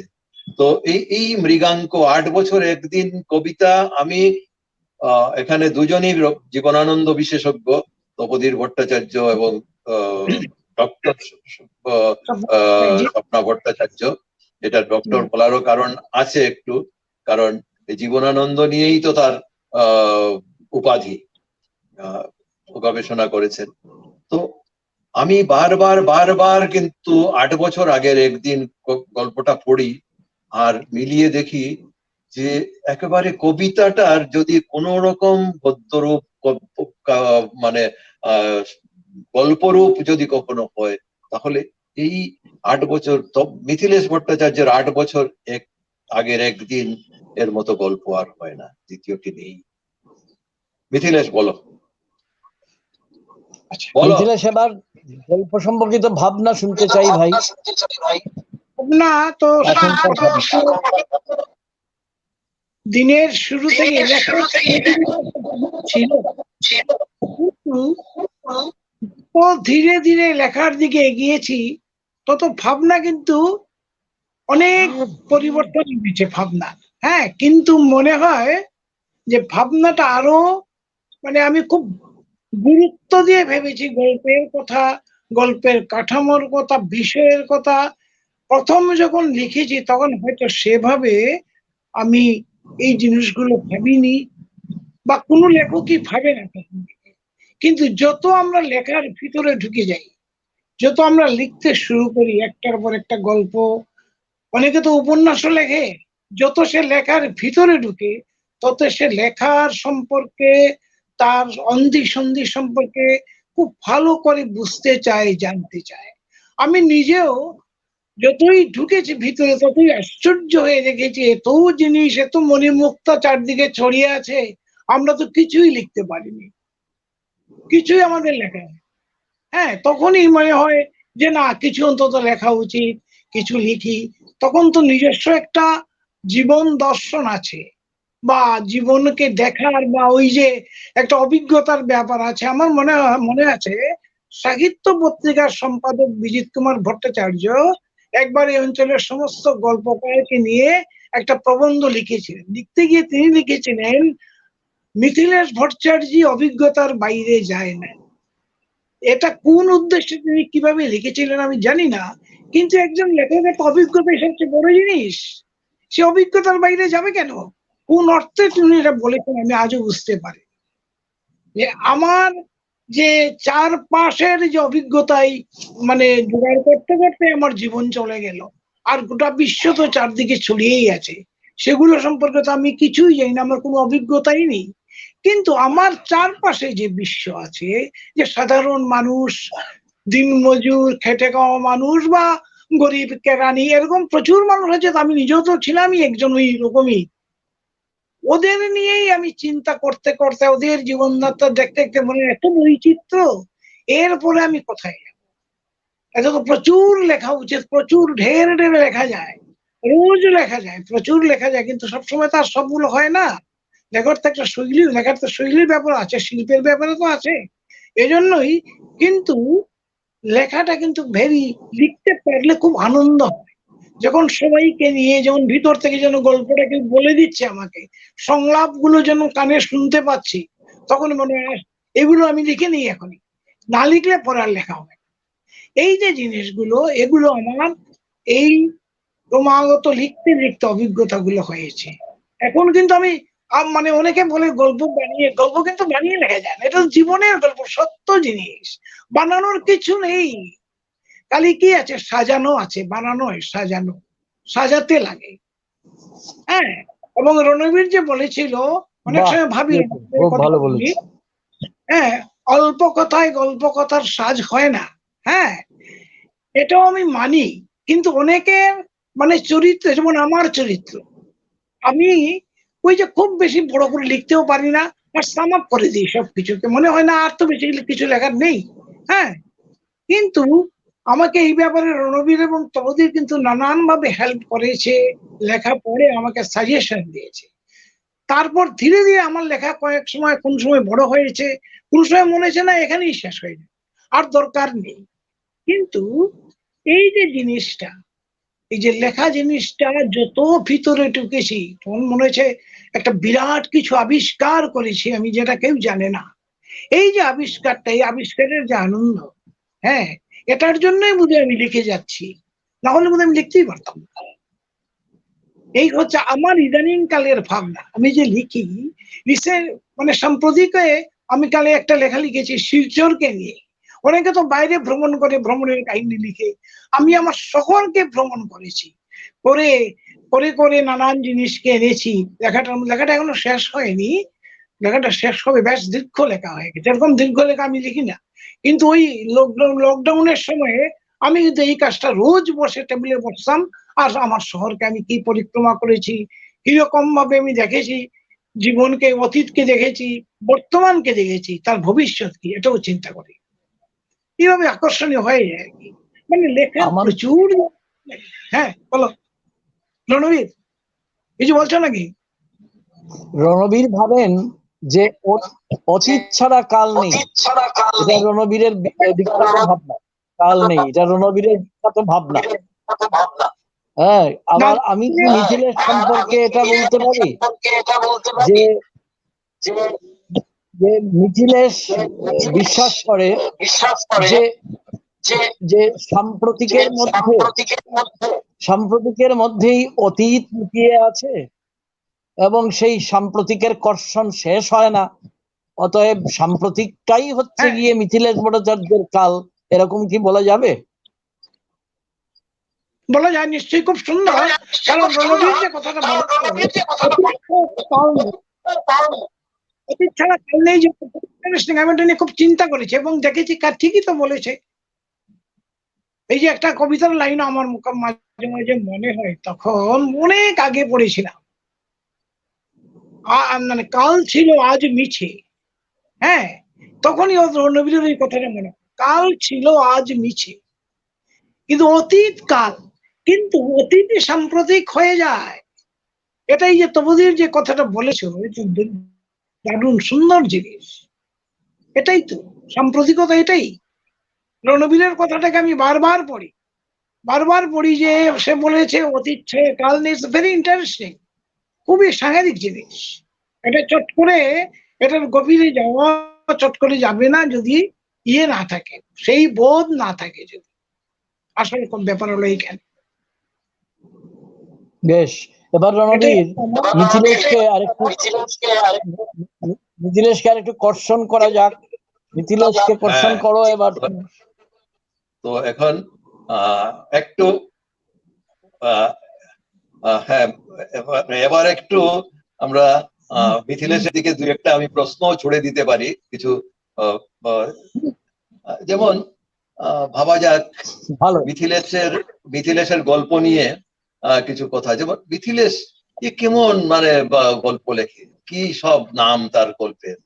ছারপোকা, কেশবলালের ভূমিকা, জগৎ পারাবারের তীরে, 8 বছর আগের একদিন, কক্ষপথ, মধ্য দুপুরে চিল, বেশ কিছু কিছু সাদা জ্যোৎস্না, গোলাপের স্বপ্ন, নদীর নাম লোপাতুর।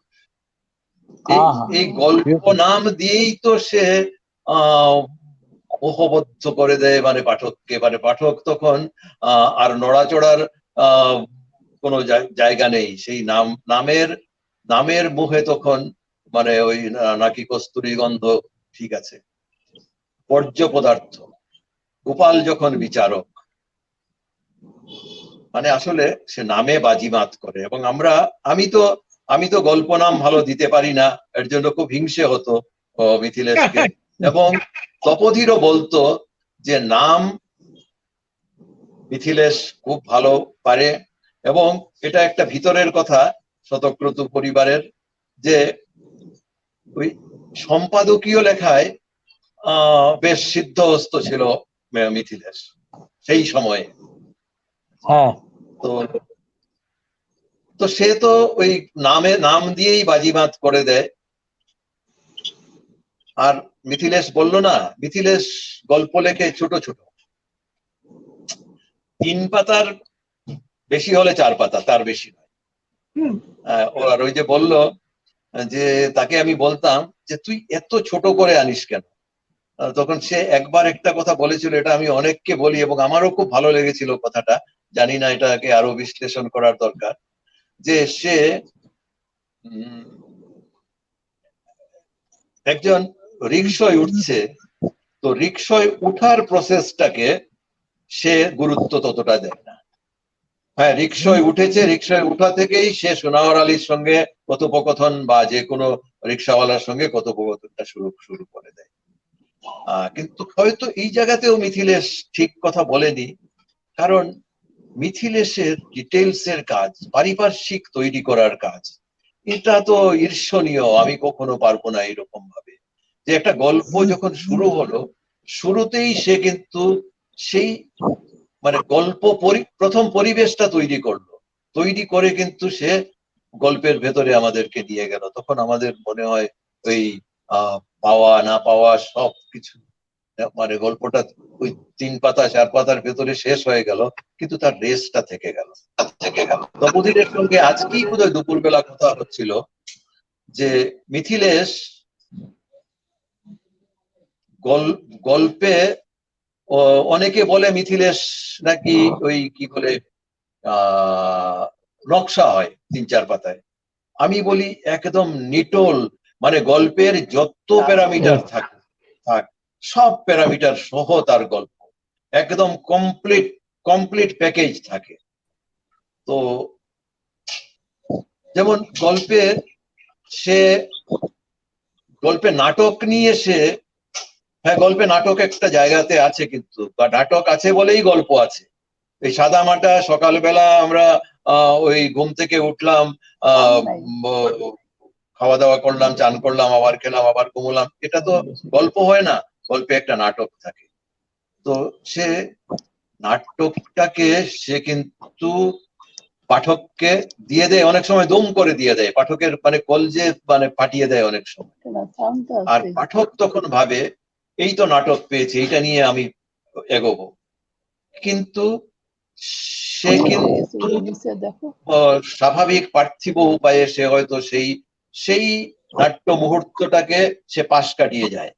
কিন্তু সে যখন পৌঁছয় গন্তব্যে, তখন পাঠককে বাধ্য করে সে সেই নাট্য মুহূর্তটা যখন তৈরি করলো, সেই নাট্য মুহূর্তের সঙ্গে সমাপনটাকেও মিশিয়ে দিতে।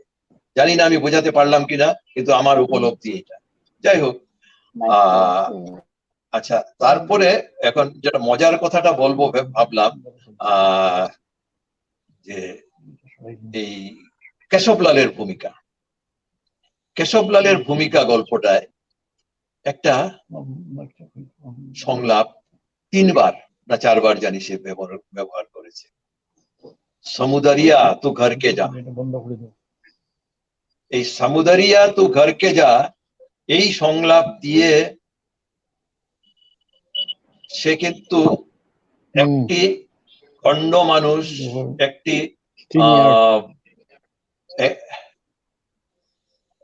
একটি মানুষ প্রেমের কাছে একটি অপ্রেম যার যার মানে চেতনায় প্রবাহিত বিশেষ কোনো কারণে, সে কিন্তু এই একটি সংলাপ দিয়ে প্রেমের কাছে নতজানু হয়, এবং সে শেষ সংলাপটা যখন দেয় তখন খুব সংলাপের ভাষাটা খুব প্রিয়মান, মানে খুব মানে সমর্পণের ভাষা। আচ্ছা, তো আর এই গল্পটাতেই আবার এক জায়গায় এই সামুদরিয়া যে একতরফা ভাবে সে কেশবলালের দিকে ধাবিত হয় এবং কেশবলাল তাকে শুধু বাড়ি যেতেই বলে। তো একদিন সে হঠাৎ বলল, জানিস কাল আমাদের লাইনে একটা বাঘ পড়েছিল। পাঠকের কলজে ফাটিয়ে দেওয়ার মতো, মানে একটা নাটক হঠাৎ গল্পের মধ্যে চলে এলো, কোথা থেকে এলো জানি না। কিন্তু সেই নাটক নিয়ে, সেই বাঘ পড়েছেটাকে নিয়ে লেখক কথাকার মিথিলেশ কিন্তু দক্ষ শিকারীর মতো খেলিয়ে যেতে পারতেন, পাঠককে একটা সমাপন উপহার দিতে পারতেন, কিন্তু তিনি তা করেননি। তিনি কি করলেন? তিনি শেষ দিকে সেই তিন মুখ্যম সংলাপ 3 বার বলালেন, সমুদরিয়া তু ঘরকে যা। আমার তারপরে মনে হলো মিথিলেশ সেই লাইনে বাঘ পড়াটাকে ডিজলভ করে দিলেন, এবং এই যে সমুদরিয়া তু ঘরকে যা, এই সেই বাঘ পড়াটা এই সংলাপের ভেতর দিয়ে যেন উনি একটা মহা উত্তরণের দিকে নিয়ে গেলেন শেষ। আচ্ছা, তো মিথিলেশের এইরকম আরো অনেক অনেক গল্পের আমি উদাহরণ দিতে পারবো, যেগুলা আবার মিথিলেশ কখনো কিন্তু, যে এই গল্পটা যেরকম ভাবে বললাম ডিজলভ করে দেওয়ার, তো মিথিলেশ কখনো গোল গোল গল্প লেখেননি, এবং ওই শেষ দিকের চমক দেওয়ার গল্প লেখেন। কিন্তু একটা গল্প তার ব্যতিক্রম, সেই গল্পটা হলো গিয়ে স্বপ্না ভট্টাচার্য যে গল্পটা নিয়ে বললেন, জগৎ পারাবারের তীরে, আর সেই জলপাই রঙের জিপ।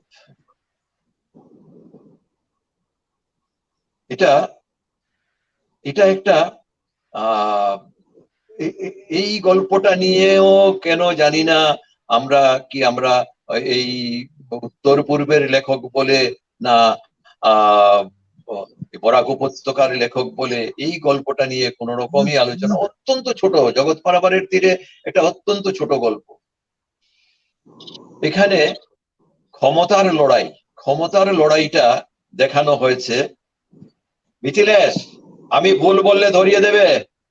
হ্যাঁ বলো তুমি, আমার ঠিকই আছে, লাইন ঠিক আছে।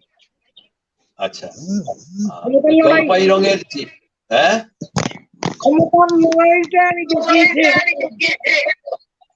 আচ্ছা ঠিকই আছে। আচ্ছা, তো এখানে নায়ক এবং প্রতিনায়ক এরা কিন্তু কোন রক্ত মাংসের জীব নয়, প্রাণী নয়। এরা একটা জলপাই রঙের জীব আর একটা নতুন কেনা অ্যাম্বাসেডার। যেখানে হওয়ার কথা ছিল দশরথ আর মনোরথ দুজন নায়ক হওয়ার কথা ছিল, কিন্তু সেখানে কিন্তু নায়ক হলো গিয়ে দশরথ, মনোরথ শুধু ক্রীড়নক। শেষ মুহূর্তে কি হলো? শেষ মুহূর্তে জলপাই রঙের জিপের পাছার উপর সামনের দুখানা ঠ্যাং তুলে দেয় দুরন্ত অ্যাম্বাসেডার। এই যে শেষ, এই রক্ত মাংসের কোন চরিত্র নয়, কিন্তু এই জলপাই রঙের জিপটি আর নতুন অ্যাম্বাসেডার, এদের মধ্যে যে ক্ষমতার লড়াই, সেই লড়াইয়ের এই জলপাই রঙের জিপের পাছার উপর সামনের দুখানা ঠ্যাং তুলে দেয় দুরন্ত অ্যাম্বাসেডর, আমার তো মনে হয়েছে অসাধারণ। মিথিলেশ এরকম গল্প সাজায় না কেন জানি না। আরেকটা প্রশ্ন আপনাকে এই সূত্র ধরে, কারণ জগৎ পারাবারের তীরে তো মাত্র তিন পাতার গল্প বোধ হয়। হ্যাঁ, 3-3.5 হবে। এখন আপনাকে একটু নদীর নাম বিতর্কে নিয়ে যাই। লোভাতুরও তাই, হ্যাঁ, নদীর হ্যালো। নাম লোভাতুরও ছোট্ট গল্প। হ্যাঁ হ্যাঁ ঠিক। আচ্ছা, তো এখন আপনাকে প্রশ্ন, আপনাকে ঠিক আছে, আমরা আমিও ওই শেষবারের মতো আপনাকে বললাম, তোকে প্রশ্ন। তোমাকে বলো, আরে আচ্ছা মন্টুদা, এই মন্টুদা, প্রশ্ন শুনি। মন্টুদা, তুই কেন অনুগল্প লিখিস না? 1 নম্বর প্রশ্ন। আচ্ছা, আর অবিতর্কিত লেখক মিথিলেশ ভট্টাচার্য কেন অনুগল্পের উপর খেপে গেলেন হঠাৎ, একটি আস্ত প্রবন্ধ লিখে ফেললেন? এইটার একটু ওই মানে আমার কাছ থেকে জবাব চাই, জবাব দাও, এরকম একটা ব্যাপার। হ্যাঁ, ঠিক আছে, বুঝতে পেরেছি। কিন্তু অনুগল্পের উপর আমি মোটেই কিন্তু যা শুরু হয়েছে অনুগল্প, আমি কিন্তু আমার এই নিবন্ধে আমি ব্যাখ্যা মূর্ধন্য দন্ত নয়স্করণ ব্যক্তপাত আছে। অনু হলো গিয়ে তখন অনু পরমাণুর কথাটা এসে যায়। আমি জায়গাটা কিন্তু কথাটা লিখেছি যে একটা পরমাণুকে যদি ফাটানো হয় তাহলে একটা ব্রহ্মাণ্ড যেতে পারে। হ্যাঁ, তো অ্যাকচুয়ালি অনুগল্পের এই যদি অনুগল্প হয় তাহলে তার এমন ভাবে সেই বীজটাকে আমি সাজিয়ে দেব যেটা পড়ে একটা উপন্যাসের স্বাদও একজন পেতে পারে। হ্যাঁ, বা একটা ছোট গল্পের স্বাদ টোটালি পেতে পারে। আর এটা একটা ফর্ম হিসাবে অনেক সময় আমাদের পরীক্ষা হয়েছিল, সন্দীপন চট্টোপাধ্যায় শুরু করেছিলেন, সঙ্গে সঙ্গে আমরাও শুরু করেছিলাম ডাউট পত্রিকা দিয়ে, মনে পড়ে তোমার? আচ্ছা, তাহলে দেখো সরে এলাম কেন? তাহলে তো আমরা অনুগল্পই লিখতে পারতাম। ইটস এ ফর্ম, আমরা একটা পরীক্ষা করেছি, কিন্তু একজন লেখক তাতে তৃপ্তি পেতে পারে না, সব কথা বলতেও পারে না সে। হ্যাঁ, বলার জন্য তার কিছু স্পেস চাই, এজন্য তো উপন্যাস, ছোট গল্প ধরছে না, উপন্যাস লিখছে, সে বড় গল্প লিখছে। হ্যাঁ, কিন্তু অনু দিয়ে সারা জীবন কি কেউ চালাতে পারবে? কোন লেখকের পক্ষে সম্ভব না। যেমন কবিতার মধ্যে অন্য ব্যাপার, কবিতা অনেক সময় দীর্ঘ হতে হতে ছোট হয়ে গান হয়ে, যেগুলো তপোধীর ভট্টাচার্য খুব বেশি ভালো বলতে পারবে, আমাদের এসব বলার কথাও নয়। যদি আমরা নিজস্ব বুদ্ধি থেকে বিবেচনা থেকে বলছি যে কবিতার ব্যাপারটা অন্যরকম। কবিতা এমন একটা জায়গাতে যায় অনুপুঙ্খ, তারপর সেটা গান হয়ে গেল, তারপর অনুপুঙ্খ হয়ে যায়। যেমন রবীন্দ্রনাথের মধ্যে আমরা ঢের ঢের পেয়েছি, সবচেয়ে বেশি দিয়েছেন তিনি আমাদের। এই যে তাহলে যদি অনুগল্প যদি ঠিকই হতো তাহলে তো আমাদের দেশে বা পৃথিবীতে কত বড় বড় লেখক আছেন, ওরা কি সারা জীবন অনুগল্প লিখেছেন? জাস্ট পরীক্ষার জন্য 2-4টা লিখেছেন। সন্দীপন চট্টোপাধ্যায় ফাজলামি করে পকেট বুক বের করেছিলেন। এরপরে উনি আজকে কি সন্দীপনকে বলতে গেলে আমাদের সন্দীপনের ওই পকেট বুকের গল্প নিয়ে বলতে হবে, না তার উপন্যাস নিয়ে, ছোট গল্প নিয়ে, বিজনের রক্ত মাংস নিয়ে আমরা বলবো? তার ছোট গল্প সেই বিখ্যাত বইটা সুনীল গঙ্গোপাধ্যায় বলেছিল যে 50 বছর পরে ওই বইটার আবার ডাক পড়বে, বিজনের রক্ত মাংস। ঠিকই তো। এই যে জিনিসটা কোনো খেপাখেপির ব্যাপার না, এগুলো হচ্ছে অক্ষমদের ব্যাপার, অক্ষমরা এগুলোই করে। একটা লিখে যায়, একটা বই বের করে দিল, হ্যাঁ, এটাতে কিছু থাকে না, কারণ সে গল্প লিখতে পারবে না। এটা গল্প লিখতে গেলে অনেক, তুমি যে ভাই রবির প্রকাশ এত বড় একটা বই লিখেছো গল্প লেখার, অনেকে কিন্তু সেটা পড়ে গল্প লেখার চেষ্টা করছে, খুব ভালো বই সেটা, আমি নিজে পড়েছি। এইটা যদি কেউ ফলো করতো তাহলে 2-4টা ভালো গল্প আমরা পেতাম। পাই না কেন? এজন্যই পাই না।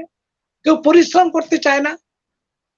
আমি কালকে জীবনানন্দ নিয়ে পড়ছিলাম, গোপাল রায়ের একটা বই। কি আশ্চর্যভাবে জীবনানন্দ মৃচ্ছ পটিকার নাটিকা থেকে নাম এনেছেন তার ওই ইয়েতে, ওই যেমন কবিতার মধ্যে আছে নায়িকার ইয়ের নাম, বা এই যে তিনি যে সার্চ করেছেন, তিনি যে ওই যে কত রকমের মনসা মঙ্গল এগুলো পড়েছেন, মানে এত সম্পদ তিনি আহরণ করেছেন। সম্পদ যদি কোনো লেখক না আহরণ করতে পারে তাহলে সে কি? সে সম্পদ আহরণ করতে পারলে নিজেই লিখতে পারবে যদি তার ক্ষমতা থাকে, কিন্তু আসল জিনিস হচ্ছে সম্পদ আহরণ করা। জীবনানন্দের সমস্ত জিনিস মনে হয়েছে অনেকে যারা জীবনানন্দ পড়বে জানবেই না যে উনি এত জানেন। না জানলে কেমন করে লিখবেন? তার জানলেন কখন? পড়তে হবে, জানতে হবে। ইংরেজি সাহিত্যের ছাত্র তিনি ছিলেন, কিন্তু তাই বলে কি এটা ইংরেজি খুব জরুরি কথা। করেছেন তিনি ইংরেজি সাহিত্যকে? আমাদের কি পরিমাণ ঋদ্ধ করেন জীবনানন্দ, আমাদের চিন্তাকে ভাবাই যায় না। এটা তো আমার সব্যসাচীর বই আর তপোধীরের গবেষণা, এগুলো যদি মানুষ পড়তো তাহলে বুঝতে পারতো কি সাংঘাতিক জিনিস জীবনানন্দ, কি সাংঘাতিক মানুষ তিনি। আমি তো এগুলো একটু একটু পড়ে পড়ে দেখি, আমার তো তত পড়া নাই, আমি কবিতার মধ্যেই বোধ হয়ে যাই। কবিতা থেকে বাইরে বেরোতে পারি না যে অমুক জায়গায় যাবো, এটা আর হয় না। অন্য জিনিস প্রবন্ধ পড়তে পড়তে কবিতা পড়ি, কবিতা পড়তে পড়তে কবিতায় ঢুকে যাই, মনে হয় একটার পর একটা কবিতা পড়ি, একটার পর একটা কবিতা পড়ি জীবনানন্দকে। এই হচ্ছে ব্যাপার। মিথিলেশ ব্যাপার নয়। ভট্টাচার্য কি তাহলে গল্পে কবিতা লেখেন? মানে উনি কি এখনো ভেতরে তার কবিসত্তাকে লালন করে চলেছেন? আমি জানি না। তো আমি স্বপ্না ভট্টাচার্য আমার সঙ্গেই বসে আছেন, তার প্রিয় গল্পগুলোর কথা মাথায় রেখে তিনি যদি প্রশ্নের একটু জবাব দিতে পারেন বা তার প্রিয় গল্পগুলোর কথা যদি বলেন তাহলে ভালো হয়। তার বিজনের রক্তমাংসের কথা ঠিকই বলেছেন, সুকুমার বাগচিও সেটা লক্ষ্য করেছেন দেখলাম। হ্যাঁ, তো কথা হচ্ছে যে তোমার যে মিথিলেশের পড়া যে গল্পগুলো, আচ্ছা আমি তোমাকে একটু ইয়ে করে দিচ্ছি, তুমি অনেকদিন আগে মিথিলেশ লিখেছিল যখন এই পাড়ায় থাকতো, সন 1381, এইরকম গল্প মিথিলেশ আর লিখলো না কেন? এটা একটা প্রশ্ন হতে পারে, কিন্তু আমি জানি না যে তুমি এরকম কিছু ভাবো কিনা। আমি একজন পাঠক হিসেবে তোমার কি মনে হয় যদি আমরা স্বপ্না ভট্টাচার্যের কাছ থেকে একটু শুনে নিই? পাঠক হিসেবে আমার কিন্তু মিথিলেশ দার যে প্রথম দিকের গল্পগুলোকেই বেশি পছন্দ হয় আর মানে কেন ঠিক বলতে পারছি না, যে গল্পগুলো পড়তে পড়তে আমি যেন মানে অন্য একটা জগতে চলে যাই, এবং এটার মধ্যে সেই গল্পগুলোর মধ্যে একটা আত্ম অনুসন্ধানের চেষ্টা যেন থাকে। এবং মিথিলেশ দার সেই যে ছোট গল্পের যে নায়ক, প্রায়শই দেখা যায় যে আমাদের যে সমাজে যে সাধারণত আমরা যে ধরনের লোক দেখি তার বাইরে একটু যেন অন্যরকম ভাবে সমাজ সংসার পৃথিবীটাকে দেখতে চায়, এবং দেখতে গিয়ে সে সমাজ থেকে যেন বিচ্যুত হয়ে পড়ে, সে সমাজের সঙ্গে মিলতে পারে না। তো আমার কেন মনে হয় যে মিথিলেশ দা সেটা একটা আত্ম অনুসন্ধান, তার নিজেরই একটা ছায়া যেন গল্পের নায়কের মধ্য দিয়ে, মানে কুশীলবের মধ্য দিয়ে পড়ছে ওইখানে। এবং যখন নিজের মধ্যে নানা ধরনের চিন্তা ভাবনা কাজ করে এবং অনুসন্ধান কাজ করে, তখন সেই গল্পগুলোর সঙ্গে সেই গল্পের এই কুশীলবদের সঙ্গে যেন একটা একাত্মতা বোধ করা যায়, এবং ওইখানেই মিথিলেশ দার গল্পগুলো সার্থক হয়ে ওঠে। পরবর্তী সময়ে মিথিলেশ দার এই সময়ে কিছু কিছু গল্প পড়েছি, সেখানে শান্তি মামিমা বলে একজন চরিত্র আছেন, কি জানি কেন আমাকে ভীষণ নাড়া দেয়। এবং মিথিলেশ দার গল্পের মধ্যে যে জিনিসটা, মিথিলেশ দা সবকিছুই বলেন, এই যে তিনি বললেন যে তিনি ঘুরে ঘুরে তার পারিপার্শ্বিককে দেখেন, সমাজকে দেখেন, লোকজনকে দেখেন, এবং খুব অবলোকন করেন অন্তর্মুখী হয়ে, সেটার প্রকাশ কিন্তু তার গল্পের মধ্যে আছে। খুব উচ্চকিত ভাবে নয় বলে ঠিক বোঝা যায় না, সমস্যা আছে, বিভিন্ন ধরনের সমস্যার কথা তিনি বলেন। কিন্তু ওই যে রণবীর পুরকায়স্থ বলেছেন যে একটা গল্পের পরিমণ্ডল তৈরি করে তার ভেতরে ঢুকে যান, ঠিক ওইভাবে কাজে তার গল্পকে পড়তে গেলেও ওইভাবে মনকে তৈরি করে নিতে হয়। আপাতভাবে মনে হয় খুব সাদামাটা সাধারণ ভাবে চলছে, কিন্তু না, সেটার মধ্যে একটা গভীর বক্তব্য লুকিয়ে থাকে, যেটা অনেক চিন্তার যোগান দেয়। এবং আমি আরেকটু অন্যদিকে যাচ্ছি, কারণ যেহেতু মিথিলেশ দাকে আমি খুব কাছ থেকে দেখেছি দীর্ঘদিন থেকে, সেটা ধরুন 1973 থেকে এখন পর্যন্ত, এবং মিথিলেশ দা একজন গল্পকার হিসেবে তার সাহিত্যিক জীবন, তার ব্যক্তিগত জীবন সব এক সূত্রে গাঁথা হয়ে গেছে। মিথিলেশ দা যেভাবে বর্তমানে তার জীবন যাপনটা করে যাচ্ছেন, তার মানে অন্তর্নিহিত শক্তি, আত্মিক শক্তি এতটাই প্রবল যে উনি কিন্তু সত্য থেকে এবং তার স্থির প্রত্যয় থেকে কিন্তু উনি বিচ্যুত হননি, এবং কিভাবে জীবন যাপন করতে হয় তারও একটা নিদর্শন উনি যেন জীবন দিয়ে দেখিয়ে দিয়ে যাচ্ছেন। এবং এই শক্তিটা উনি পেয়েছেন কিন্তু তার লেখার কাছ থেকে এবং জীবনকে অবলোকনের মধ্য দিয়ে।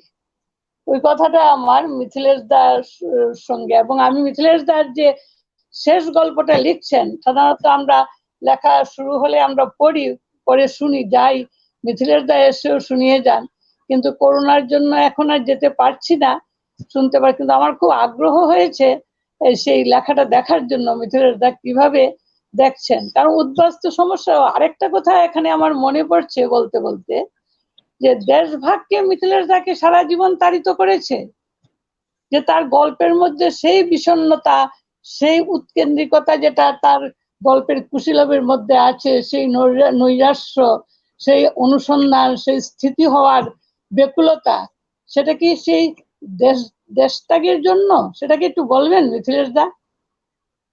হ্যাঁ, নিশ্চয়ই বলবো। আমার খুব ভালো লেগেছে আপনার বক্তব্য, খুব ভালো সুন্দর কথা বলেছেন। দেশভাগটা অ্যাকচুয়ালি আসল কথা, প্রকৃতার্থে আমি তো দেশভাগে ওই দেশেই তো আমার জন্ম হয়েছিল, তখন একদম শিশু অবস্থায় এদেশে চলে এসেছিলাম। তারপর যত জ্ঞান হলো, বয়স হলো, তখন আমার বাবার সংগ্রামটা আমি দেখলাম, বাবার সঙ্গে সঙ্গে আত্মীয়দের দুঃখ দুর্দশা এগুলো দেখলাম ভয়ঙ্কর ভাবে। এবং আমার বাবা সবচেয়ে বেশি, আমার বাবাই আমাকে হন্ট করেছেন, এত সাংঘাতিক সংগ্রাম উনি করেছেন। এবং আমার মা কল্পনাই করে, এই জিনিসগুলো আমার ভিতরে সেই ছোটবেলা থেকে ঢুকে গেছিল। হ্যাঁ, কিন্তু তখন তো ঠিক বুঝতাম না। এরপর ধীরে ধীরে যখন লিখতে লাগলাম, লেখার জগতে ভালো করে ঢুকলাম, তখন দেখা গেল অটোমেটিক্যালি আমার প্রত্যেকটা লেখার ভিতরে, প্রায় প্রত্যেকটা লেখার ভিতরে একটু দেশভাগের এলিমেন্টস এসে যাচ্ছে। আমি কোনো চরিত্র ওই দুঃখ পাচ্ছে, দেশভাগের জন্যই যে স্থিতি লাভ করতে পারছে না, এগুলো নানান জিনিস আমি এনেছি। মানে দেশভাগটা একটা বিষয়ের মধ্যেও একটা বিষয় হয়ে আছে। মানে অনেক সময় টোটাল বিষয়ই দেশভাগ। আমি নানান ভাবে দেশভাগটাকে দেখেছি। এজন্যই আমি যে একটা বই করেছি শেষে দেশভাগের গল্প আলাদা করে, মানে এটার কিছু নয়, আমি যে দেশভাগকে নানান ভাবে দেখেছি সেটাই হচ্ছে সেটার প্রমাণপত্র। দেশভাগকে আমি একভাবে দেখিনি। এখন সাম্প্রতিককালে আমি একটা বড় লেখা লিখছি, এটা একটা অনলাইন পত্রিকায় ছাপা হচ্ছে, দারুহরিদ্রা। ওই দেশভাগ নিয়েই অনেকদিন ধরে আমার একটা ইচ্ছা ছিল, আমার বাবাকে নিয়ে একটা কিছু আমি লিখবো। হ্যাঁ, আর ওই লেখাতে রণবীর পড়েছে, ওই লেখাতে এখন যে পার্টটা আমি লিখতে চাচ্ছি, যেটা ছাপা হবে,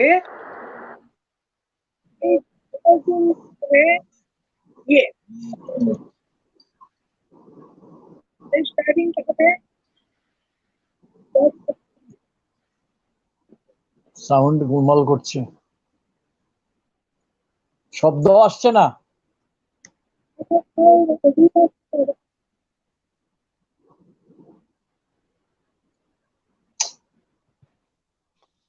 হ্যালো, আসছে কি শব্দ? হ্যাঁ, না, এবার বল, ঠিক আছে, শুনছি, এখন শুনছি, বল। আচ্ছা, দেশভাগ নিয়ে এই যে আমার বাবাকে নিয়েই আমি বাবাকেই নায়ক করে দীর্ঘদিন থেকে বাবার গ্রামটা সম্পর্কে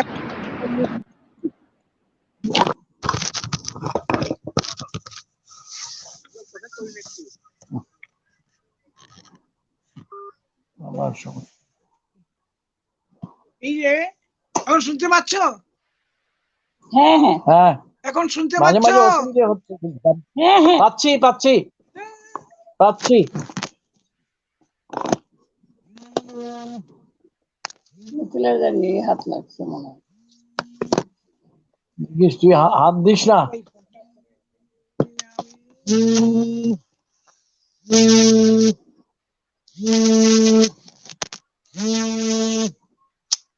এই মিথিলেশ, কোথায় ঘুরেছিস?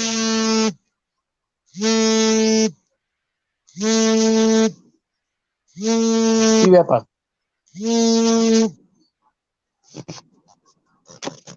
হ্যালো, হ্যাঁ, ইয়েস, বল। আমার মিথিলেশ চলে গেল। এটা হঠাৎ একটা যান্ত্রিক গোলযোগ তৈরি হচ্ছে। মনে হচ্ছে যে আমি দর্শক এবং শ্রোতাদের একটু ধৈর্য ধরে অপেক্ষা করতে বলছি। যে কোনো মুহূর্তে মিথিলেশ ভট্টাচার্য একটা খুব গুরুত্বপূর্ণ কথা বলছিলেন। এই মুহূর্তে আশা করি তিনি তার যান্ত্রিক গোলযোগ শেষ হবে এবং তিনি চলে আসবেন, আবার আমরা শুনতে পাবো। মিথিলেশকে একটা কথা বলবারও আছে, বা মিথিলেশের এই কথাবার্তা এতক্ষণ ধরে শুনে আমার একটা কথা বলবার ইচ্ছেও হচ্ছে। আমারও আরেকটা কথা জিজ্ঞেস করার আছে। আচ্ছা, ঠিক আছে, তুমি আমাকেও একটু বলতে হ্যাঁ, দিতে হবে, সময় কিন্তু নেই। জানি, বলতে হবে। হ্যাঁ মিথিলেশ, বলো। হ্যাঁ হ্যাঁ, ভাই, তারপরে ওই যে বলো রসভঙ্গ বলো। হয়ে গেল। আচ্ছা, না না, ঠিক রসভঙ্গ তো আছে। হয়ে গেল। আচ্ছা, না, হয়নি। আমি বলছি। হুম। আচ্ছা, মানে ওই বাবাকে নিয়েই মানে ওই লেখাটা চলছে। এখন আমি জানি না কতদূর কি লিখতে পারবো, তবে আমার বাবার সংগ্রামের কথাটা আমি লেখার খুব চেষ্টা করছি, দেখি কি হয়। সংগ্রামটাই আসল, সংগ্রামী হ্যাঁ, জীবনের মূল কথা, এটা ছাড়া লেখা হয় না। ওটাই আমাকে খুব হন্ট করে, আজও পর্যন্ত হন্ট করে। যখন ভাবি ওর কথা, যখন আমি ভাবি যে ওর তত্ত্বাবধি তো আমার বাবাকে দেখেছ, রণবীরও দেখেছে, হুম। হ্যাঁ, আর ওর স্ট্রাগলটা আমি খুব ফলো করেছিলাম। ওটাই আমি লিখবো, মানে লিখার চেষ্টা করছি এখনো। দেখি এই সংখ্যা থেকে আরম্ভ হয়েছে, দেখা যাক কি হয়। হবে, আমরা অপেক্ষা করব। আচ্ছা, আচ্ছা, আমি রণবীরের কাছে, রণবীর একটু যথেষ্ট মানে ক্ষোভ এবং ক্রোধ প্রকাশ করেছে, তাকে বলতে দিতে হবে। তো তার আগে সঞ্চালক হিসেবে আমি একটি কথা বলা খুব প্রয়োজনীয় মনে করছি। সেটা হচ্ছে যে হ্যাঁ হ্যাঁ, মিথিলেশের কথাবার্তা শুনেই আমার বলতে ইচ্ছে করছে যে কোনো লেখক বা শিল্পীকে মনে হয় তার প্রেক্ষিত বাদ দিয়ে বোঝার চেষ্টাটা আমরা অনেক সময় নিজের অজান্তেই করে ফেলি। এর থেকে ভুল হ্যাঁ, কাজ আর কিছু হয় না। একজন লেখক কিছু যা বলেন, যদি মন থেকে বলেন, তার বিশ্বাসের সঙ্গে আমরা একমত হতে পারি, নাও হতে পারি, তিনি একটা মূল্যবোধে স্থিত থেকেই কথা বলেন। আসলে আমরা দীর্ঘদিন ধরে নানা কারণে, সেটা আমি যাব না এটার মধ্যে, কারণ অনেক কথা বলবার আছে, আমরা নিজেদের অজান্তেই স্খলিত হয়ে গেছি মূল্যবোধ, বিশ্বাস এবং জীবন সংক্রান্ত যে আস্থা, জীবন সংক্রান্ত যে দৃষ্টি, সেটার গুরুত্বটা উপলব্ধি অনেক সময় আমরা করি না। আমরা জীবন বলি, জীবনের কথা, কিন্তু যাপনের কথাও বলি, কিন্তু জীবন যাপন থেকে বিযুক্ত করে অনেক সময় অনেক সিদ্ধান্তে এসে যাই। আমরা বিষয়বস্তুর কথাই বলি, আর তার ফর্ম, কোন শৈলী দিয়ে লিখবো, কি আঙ্গিক দিয়ে লিখবো, এটাকে অতিরিক্ত গুরুত্ব দিতে গিয়ে অনেক সময় লেখক থেকে আমাদের যে ক্যামেরাটা, আমাদের দৃষ্টির ক্যামেরাটা এটা সরে যায়। এটা সরাটা ভুল। মিথিলেশকে বা মিথিলেশের মতো অন্য সমস্ত লেখক, রণবীর, স্বপ্না বা সহ এখানে যারা নেই বা যারা শ্রোতা এবং দর্শকদের মধ্যে আছেন, সবাইকেই কিন্তু মনে রাখতে হবে যে একটা, আমার মনে হয় মনে রাখলে ভালো, যে কোনো প্রসঙ্গই প্রেক্ষিত ছাড়া ভাবাই যায় না। প্রেক্ষিত বিচ্যুত করে কোনো প্রসঙ্গ আসতেই পারে না, তার সব বিশ্বাসেরই হোক বা অন্য কোনো কিছুই হোক। এইটুকুই আমার বলবার ছিল। আর এইবার আমি রণবীরকে বলবো যে রণবীর কে বলতে দিতে হবে, আমি বলতে দিচ্ছি সঞ্চালক হিসেবে। এবং আমি চাই যে আমাদের মিথিলেশ ভট্টাচার্যের কর্ষণ একদিনে সম্পূর্ণ হবে বলে মনে হয় না। তবু আমি রণবীরকে বলছি একটু তার যে কথা বলবার আছে এটা একটু বলুক, আমরা শুনছি মনোযোগ দিয়ে। তারপরে স্বপ্না বলবেন। আমার এই যে মিথিলেশ বলল যে তার প্রতিটি গল্পেই দেশভাগের রেশ কোথাও না কোথাও থেকে যায়। আমি মিথিলেশকে আসলে আমি বলাটা একদমই অনুচিত। আমি তপোধীর ভট্টাচার্য বেশি, স্বপ্না ভট্টাচার্য, আমরা যত মিথিলেশকে পড়েছি, আমি জানি না মিথিলেশকে আর কে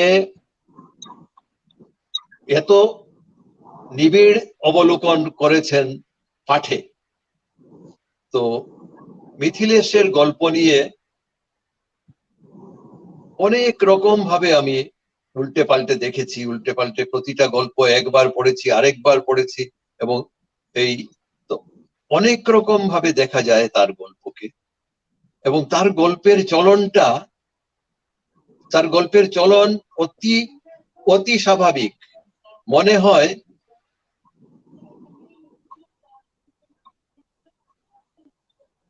আচ্ছা আচ্ছা, চলন এত স্বাভাবিক যে অনেক সময় মনে হয় যে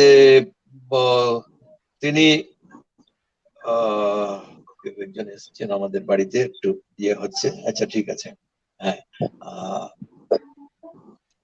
ওই একটা অদৃশ্য সুতোয় কোথা থেকে যেন প্রতিটা গল্প, তার শুরুর গল্পটি থেকে ওই প্রাত্যহিকতার ডামাডুলে প্রতুল থেকে আরম্ভ করে প্রতিটা গল্প যেন একটা অদৃশ্য সুতায় গাঁথা আছে।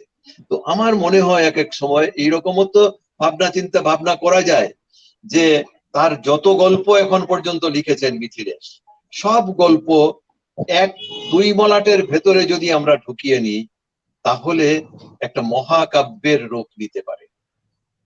ভালো কথা, ভালো কথা। একটা কারণ কারণ মিথিলেশের গল্প, এখন যে কথাটা আমি বলবো, মিথিলেশ আসলে আমাদের সময়ের ঘড়ি বাবু। বাহ, বিউটিফুল, নাইস স্টেটমেন্ট। আমরা পারিনি কেউ। মিথিলেশ কিন্তু আমরা বলতাম বহু প্রজোর। মিথিলেশ লেখালেখি কখনো থেমে থাকে না। মিথিলেশ শুরু থেকেই পেকে ঝুনো, মানে সে প্রতি মাসেই একটা গল্প লেখে। আমরা যখন লেখার খরা আসছে বা আমরা লিখতে পারছি না, মিথিলেশ কিন্তু লিখে যাচ্ছে। তার মানে কি দাঁড়ালো? মিথিলেশ কি ব্যক্তিগত জীবন নিয়ে লিখে? এইটা কিন্তু আমরা লক্ষ্য করেছি যে মিথিলেশ শুরু থেকেই, ওই যে পেকে ঝুনো কথাটা বললাম, যখন আমি ওই মিনি সিরিজ লিখেই যাচ্ছি, ব্যক্তিগত প্রেমের গল্প লিখেই যাচ্ছি, তখন কিন্তু মিথিলেশ এসবের ধারে কাছে দিয়েও যায়নি।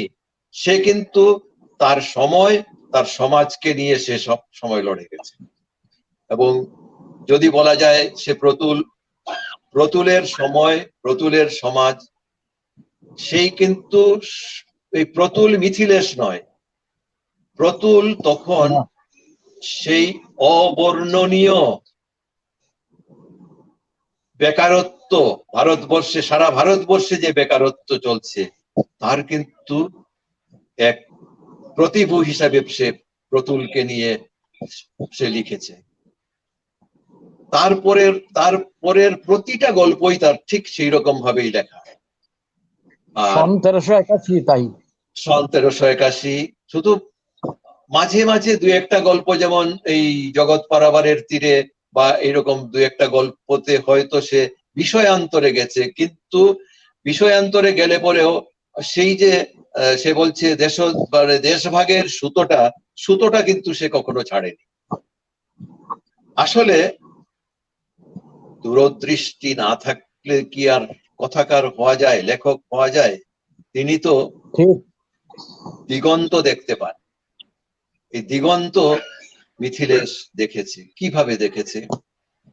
ওই যে বললাম সময়ের ঘড়িবাবু তিনি। মিথিলেশের গল্প যদি পরম্পরা রক্ষা করে এবং যে সমস্ত গল্প হারিয়ে গেছে সেইগুলো যদি এক করা যায়, তাহলে এই তপোধীর যে বলল মিথিলেশের 53 বছরের গল্পকার সত্তা, আমি বলবো 50 বছর, কারণ আমি 70কেই রাখছি। আমি ওই প্রান্তজ্যোতির সময়টাকে আমি ধরি না, যেমন স্বপ্না ভট্টাচার্যের ক্ষেত্রে আমি ধরিনি। তো একটি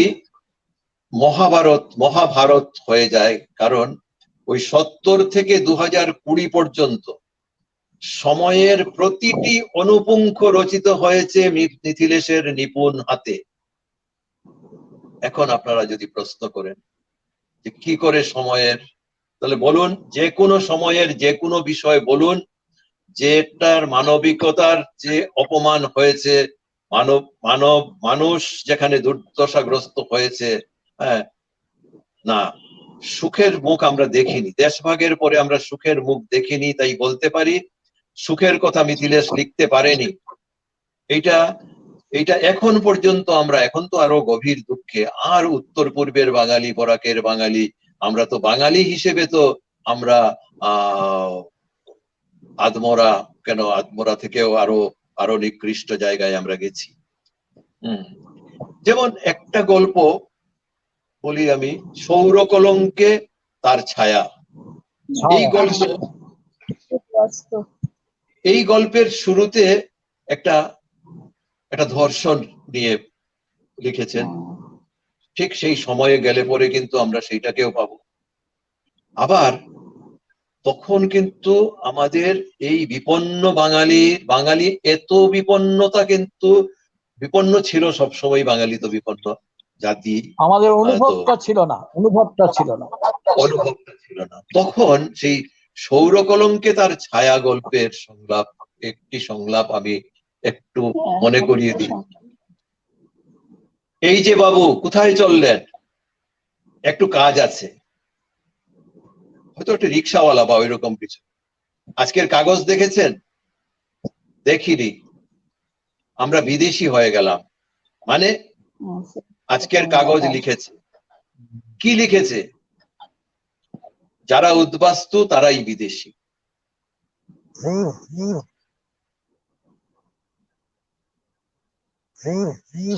সেদিন মিথিলেশ লিখেছে, সেদিন হলো আজ। তো মিথিলেশকে আমরা ওই মহাভারত টিভি সিরিয়াল আমরা দেখতাম, টিভি সিরিয়ালের একটা চক্র ঘুরতো প্রতিটা এপিসোডে, এবং একজন বেরিটোন কণ্ঠস্বর নিয়ে বলতো মে সময় হু। তো মিথিলেশ আমাদের মনে হয় এই মিথিলেশকে এরকম ভাবেও দেখা যায়। মিথিলেশের এই পরিচয়টাও ঠিক যথার্থ, সময়ের নথিরক্ষক মিথিলেশ। কিছুদিন মিথিলেশ ত্রিপুরায়ও ছিলেন, এবং ত্রিপুরার কবি লেখকদের আমাদের একটা অভিযোগ আছে যে তারা ত্রিপুরা একটা সন্ত্রাসের কাল কাটিয়ে এসছে, কিন্তু ত্রিপুরার লেখকদের কলমে কিন্তু সেরকম কিছু উঠে আসেনি। কিন্তু মিথিলেশ কিছুদিনের ত্রিপুরাবাসে একটি অসাধারণ গল্প লিখেছিলেন তিনি, হরণ বা নির্বাসন পর্ব। তাই তো মিথিলেশ?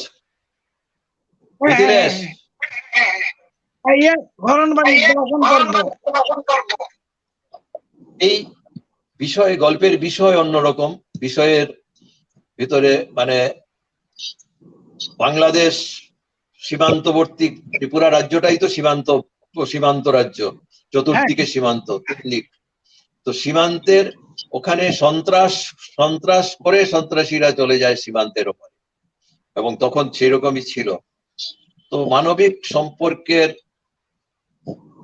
নিয়েও তার এটা গেল একরকম। বা তপোধীরের সঙ্গে এই আজকে দুপুরবেলা কথা হচ্ছিল তার চৈত্রপবনে গল্পটা নিয়ে। সুনাহর আলীকে ভুলি কি করে আমরা। হুম, তো এইরকম ভাবছিলাম।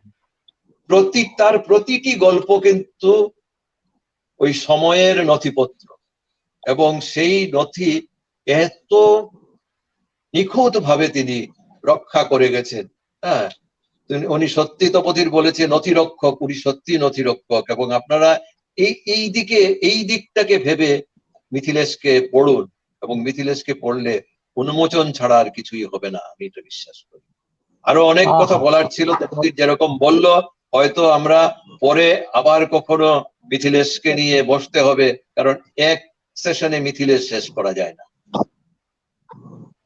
ঠিক। তো ঠিক, বড় চমৎকার কথা আমরা শুনলাম রণবীরের কাছে। তো আমি এবার স্বপ্না ভট্টাচার্য আমাকে বলছিলেন যে, বা সবাইকেই বলছিলেন যে তারও কিছু কিছু কথা মনে হচ্ছে যেগুলো বলা দরকার। তো কথা তো ফুরবে না, তবে ওই অফুরান কথা থেকেও তিনি যদি কিছু এখন আমাদের বলেন, আমাদের ভালো লাগবে আমাদের। আমি খুব বেশি কিছু বলছি না, কিন্তু আমি মানে অবাক হয়েছে এটা ভেবে যে রণবীর প্রকাশ তো যে বললেন এই উদ্বাস্তু কথাটা, সেটা 1 ঘন্টা 3 আগে আমি বলছিলাম যে সেটা তো শতক্রতু সময়ের লেখা।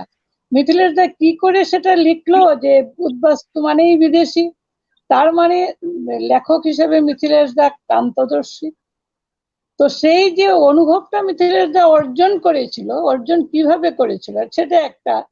আর দ্বিতীয় কথা হলো, মিথিলেশ দাকে সারা জীবন দেশভাগ তাড়িত করেছে, দেশভাগের বেদনা অনুভব করেছেন, তার তার বাবার সংগ্রাম দেখেছেন, মানুষের দুর্দশা দেখেছেন, কিন্তু মিথিলেশ দা কিন্তু মানবতা থেকে উৎখাত হননি। যে মানুষ দেশভাগের মিথিলেশ দার মনে কোনো নেতিবাচক মানবিক সম্পর্কের উপর কোনো নেতিবাচক প্রভাব কিন্তু মিথিলেশ দার পড়েনি, এবং ওইখানেই মিথিলেশ দা লেখক হিসেবে অন্য সবাইকে পেরিয়ে শ্রেষ্ঠত্ব অর্জন করেছেন। এবং এই অঞ্চলের পক্ষে বিশেষ করে বর্তমান সময়ে মিথিলেশ ভট্টাচার্য কিন্তু পথপ্রদর্শক, কিভাবে একজন লেখক মানবিক সম্পর্ককে দেখবে এবং কিভাবে লিখবে, ওই কথাটুকুই আমার বলার ছিল। এবং আমার এইসব কথা শুনতে শুনতে আমি রণবীরের সঙ্গে একমত না হয়ে পারছি না যে মিথিলেশ ভট্টাচার্যকে কর্ষণ করা এত অল্পে হয় না, গল্প কথার সাজ তো দেখতে পাচ্ছি যে অল্পে হয় না। আমাদেরও কর্ষণের যে বেলা, কর্ষণের বেলা দীর্ঘায়িত হবে, তো সেটা পরে কখনো দেখা যাবে। কিন্তু আমার একটা কথা বলতে ভারী ইচ্ছে করছে। আমি একদা লিখেছিলাম, যেদিন রণবীর এবং মিথিলেশ দুজনকে নিয়েই একই, আমার একটা ছোট গল্পের সুলুক সন্ধান বলে একটা বই আছে 2 খণ্ডের, তার মধ্যে দুজনকে নিয়ে লিখেছিলাম। তাতে মিথিলেশ এবং রণবীর দুজনেরই গল্পকার জীবনের প্রথম যে পর্যায়ে বা মধ্য পর্যায়ে শুরুটা, সেইটুকু পর্যন্ত। কিন্তু সেখানে আমি লিখেছিলাম যে হয়তো এমনও ভাবা যেতে পারে যে মিথিলেশ ভট্টাচার্য বা রণবীর প্রকাশ বা শেখর দাস বা এদের গল্প সংকলনের নাম, মিথিলেশের যে নামটা দেওয়া কক্ষপথ, সেই নাম কিন্তু সবারই হতে পারে। সবাই নিজস্ব কক্ষপথে পরিক্রমা করে চলেছেন, কিন্তু ইতিমধ্যে ওই লেখা প্রকাশিত হওয়ার পরেও আরো বেশ 10 বছরের মতো অতিক্রান্ত, অনেক অভিজ্ঞতার মধ্য দিয়ে আমরা গেছি। মিথিলেশ্বর লেখা পড়েছি, কবি গল্প নামে তো সে উস্তাদি চিরকাল, কিন্তু ওই যে আত্মকথা এক হিসেবে তার সমস্ত গল্পই তো আত্মকথা, একটু গভীর অর্থে আত্মকে ধরতে হবে। সেই আত্মতার মধ্যে কেবল মধ্যবিত্ত মানুষেরা নেই, শ্রমজীবী মানুষেরাও আছে। নাহর আলীর কথা তো আমরা শুনলামই, এছাড়াও আরো আছে, অনেক আছে। কেশবলালের কথা তো স্বপ্নাও বললেন, রণবীরও বললো, এবং এরকম আরো অনেক আছে। সামুদরিয়াও একই বর্গের মানুষ। তো কিন্তু আমার তো এখনো মনে হয় যে এত কিছু সত্ত্বেও মিথিলেশ যে তার গল্পের সংকলনের একটা নাম দিয়েছে স্বপ্ন পুরাণ, হঠাৎ শুনলে মনে হয় পুরাণ মানে যা সত্যি নয়, যা মিথ্যায় আশ্রিত। কিন্তু যারা পুরাণকে জানে না ঠিক মতো তারাই এই রকম বলে। হ্যাঁ, স্বপ্ন পুরাণের আমরা একটা ওই প্রচ্ছদটা দেখতে পাচ্ছি, দর্শক শ্রোতারা নিশ্চয়ই দেখতে পাচ্ছেন।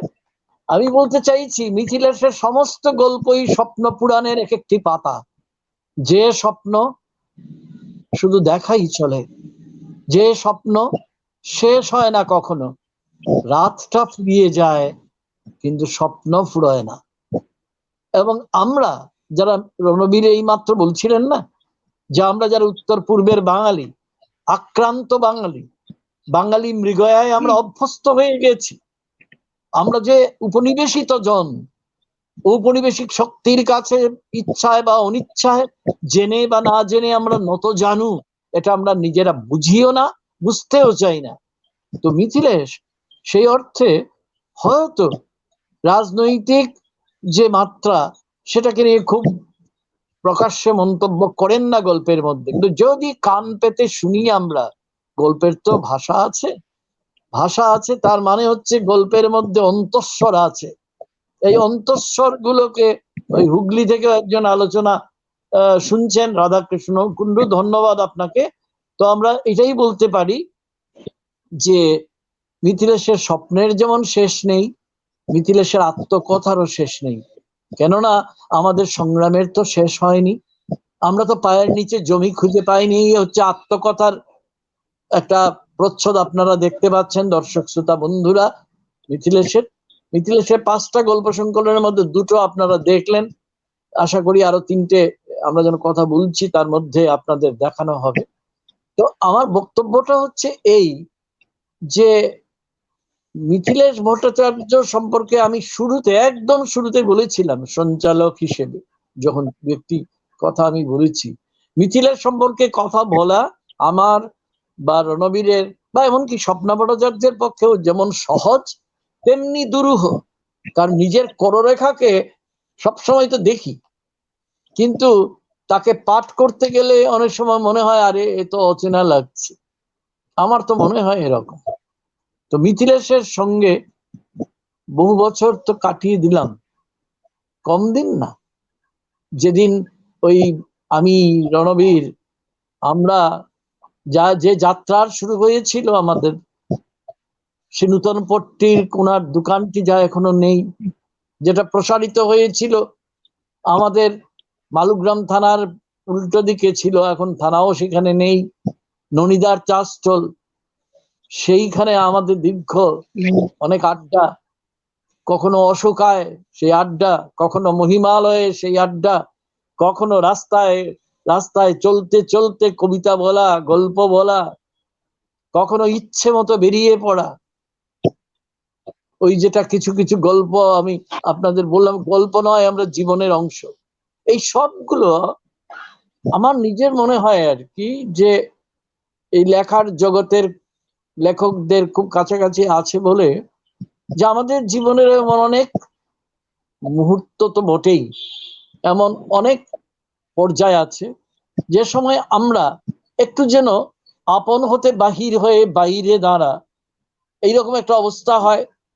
কিন্তু মিথিলেশ কখনো আপন হতে বাহির সেই অর্থে হয়নি। রবীন্দ্রনাথের গানের একটা বিশেষ অর্থ হয়তো আছে, যেটা রণবীর একটু আগে বলছিলেন, যে আমরা অনেক সময় কি লিখবো, কিভাবে লিখবো এটার জন্য, এছাড়াও আরো অনেক ব্যক্তিগত কারণে, পারিবারিক কারণে আমরা হয়তো খানিকটা শিথিল হয়ে গেছে, শ্লথ হয়ে গেছে আমাদের লেখা। মিথিলেশের লেখা কিন্তু শ্লথ হয়নি। কিন্তু মিথিলেশের সম্পর্কে যেটা রণবীর একটু আগে বললো, এটা একটা এক হিসেবে একটা প্রস্তাব যারা শুনছেন তাদের কাছে, আমাদের প্রত্যেকের নিজেদেরও কাছে, যে মিথিলেশের একটা গল্প সমগ্র অতি অবশ্যই বের হওয়া দরকার, 1 খণ্ড না হোক 2 খণ্ডে। এটা আমরা শুনলাম, হয়তো আমরা দূর ভবিষ্যতেই, বেশি দেরি করে লাভ নেই। এইখানে ওই মায়াময় অতীতের দিকে আমি না তাকানোরই পক্ষপাতী। আমার কথা হচ্ছে যা হওয়া উচিত এখনই হওয়া উচিত, তো সেটা আমরা নিশ্চয়ই ভাববো। কিন্তু একটি কথা, আমাদের যাত্রা কিন্তু, আমাদের কথার যাত্রা যেটা, সেটা কিন্তু শেষ হলো না, সত্যিই শেষ হলো না। মিথিলেশ ভট্টাচার্য যদি আমাদের সময় দেন, আমাদের নিশ্চয়ই দেবেন তিনি। তো তাকে নিয়ে আমরা আবার বসবো, তাকে নিয়ে আরো আমরা ব্যক্তিগত কথাও বলবো, যা ব্যক্তিগত না হয়েও আবার ব্যক্তিগত সেই সব কথাও বলবো। আপনারা দেখতে পাচ্ছেন তার কক্ষপথ গল্প সংকলনটির প্রচ্ছদ, এই 3টে গল্প সংকলনের প্রচ্ছদ আপনারা দেখলেন। এবার আরেকটা দেখছেন চৈত্র পবনে, যে গল্পের মধ্যে ওই সোনাহর আলী আছে, সেই চৈত্র পবনে গল্পটার মধ্যে একটা গল্প আছে এইরকম, এটা তো সংকলনের নাম। এই 4টে গল্প সংকলন আপনারা দেখলেন, আরেকটা বাকি রইল, আশা করি এক্ষুনি চলে আসবে। হ্যাঁ, এসে গেছে, দেশভাগের গল্প, এটাই তা এখনো পর্যন্ত তার সব গল্প। তবে কৌতূহলীদের জন্য জানাই, আমাদের অনেক উত্তক্ত করা সত্ত্বেও মিথিলেশ কিন্তু আজও কোনো উপন্যাস লেখেনি। রণবীর লিখেছেন এবং যথেষ্ট পরিচিত, এটা এই অঞ্চলে এবং এই অঞ্চলের বাইরেও। সুরমা গাঙ্গর বাণী যথেষ্ট আলোচিতও বটে। নিজেকে খনন করছেন, আর তার বাবা মহেশ ভট্টাচার্যকে নিয়ে তিনি লিখছেন, আমি সাধুবাদ করি।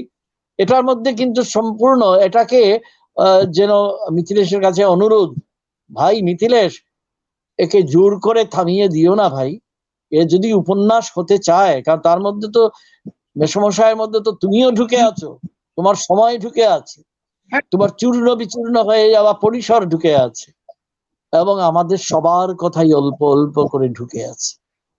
তাই এটা হোক, রণবীরের ভাষায় একটা নতুন মহাভারত রচিত হোক, তারিত বাঙালি যাদের নানা কারণে আমাদের উই পোকার সঙ্গে তুলনা করা হয়, ঘুষপেটিয়া বলা হয়, আমাদের যা এই কদিন আগেও প্রকাশ্যে হুঙ্কার দেওয়া হয়েছে যে সব বাঙালিকে দেশ ছাড়া করা হবে, এইসব সত্ত্বেও লেখাই তো আমাদের প্রতিভা, লেখাই তো আমাদের আয়ুধ। ওই আয়ুধে তো আমরা মরচে পড়তে দিতে পারি না। সুকুমার বাগচি লিখেছেন, আরো কয়েকটা আড্ডা হোক, নিশ্চয়ই হবে সুকুমার বাবু। আমরা বিশ্বজিৎ ভট্টাচার্য, তার সঙ্গে আমরা কথা বলবো, যিনি উত্তরসূরির কর্ণধার, এবং আপনাদের কথা দিচ্ছি, মিথিলেশ যদি আমাদের ভরসা দেন তাহলে আমরা তাকে নিয়ে বসবো। হ্যাঁ, এবং কৃষ্ণপ্রিয় ভট্টাচার্য, উনি লিখছেন শিলিগুড়ি থেকে, প্রতিটি, তিনি নিজেও একজন লেখক এবং কবি, প্রতিটি গল্প গ্রন্থের প্রচ্ছদ দারুণ। হ্যাঁ তাই, এবং আমাদের তো ভাই কৃষ্ণপ্রিয়, আমাদের কিন্তু কোনো প্রকাশক সেই অর্থে আমাদের, আমরা যারা গল্পকার হিসেবে এখানে আছে তাদের নেই, কিন্তু তা সত্ত্বেও আমরা নিজেরা নিজেদের উত্তাপ নিজেরা সংগ্রহ করে, জীবন থেকে সংগ্রহ করে, আমরা নিজেরাই নিজেদের ইন্ধন করে আমরা জ্বলছি। কারণ নিজেদের ইন্ধন করে জ্বলা ছাড়া আমাদের আর কোনো বিকল্প নেই। তো মিথিলেশ, আমাদের এই যে প্রথম যে মিথিলেশকে নিয়ে আমাদের এই যে প্রথম আড্ডা, যেটা কিনা উত্তরসূরির লেখক ও তার জগৎ নিবিড় অবলোকনের পর্ব 2, সেই পর্ব 2 এর পরে একটা পর্ব 3 হতে পারে কিনা সেটা আমরা নিশ্চয় আমরা বিবেচনা করব। কিন্তু আমাদের এই ভরসা দিয়ে আমরা এখন মিথিলেশের কাছে কোনো ভরত বাক্য নয়, ভরত বাক্য মানে তো শেষ, শেষ তো হচ্ছে না, শেষ হয়ে না হইল শেষ, অর্থাৎ মিথিলেশের কাছে আপাতত ওই যে বলে সাইনিং অফ, এটা কারা যেন বলে, বেতার বলে না, নাকি টেলিভিশন বলে জানি না, তো ওই সাইনিং অফ করার জন্য, টিউন অফ করার জন্য মিথিলেশের কাছ থেকে আমরা দু একটা কথা শুনি, নাকি রণবীর, কি বলো? রণবীর ভাই, রণবীর শুনতে পাচ্ছ? সে বোধহয় শুনছে না। তো মিথিলেশ শুনছেন, মিথিলেশ দু একটি কথা বলুক। আচ্ছা, আমার তো এই আলোচনাটি খুব ভালো লাগছে, মনে হচ্ছে শেষ না হলেই ভালো, কন্টিনিউ করুক, কিন্তু সম্ভব নয়। আগামী দিনের জন্য যদি তোলা থাকে, আমি খুবই ভরসা দিয়েছি, আরো আলোচনা হোক, তাহলে আরো অনেক কথা উঠে আসবে। আর শ্রোতারা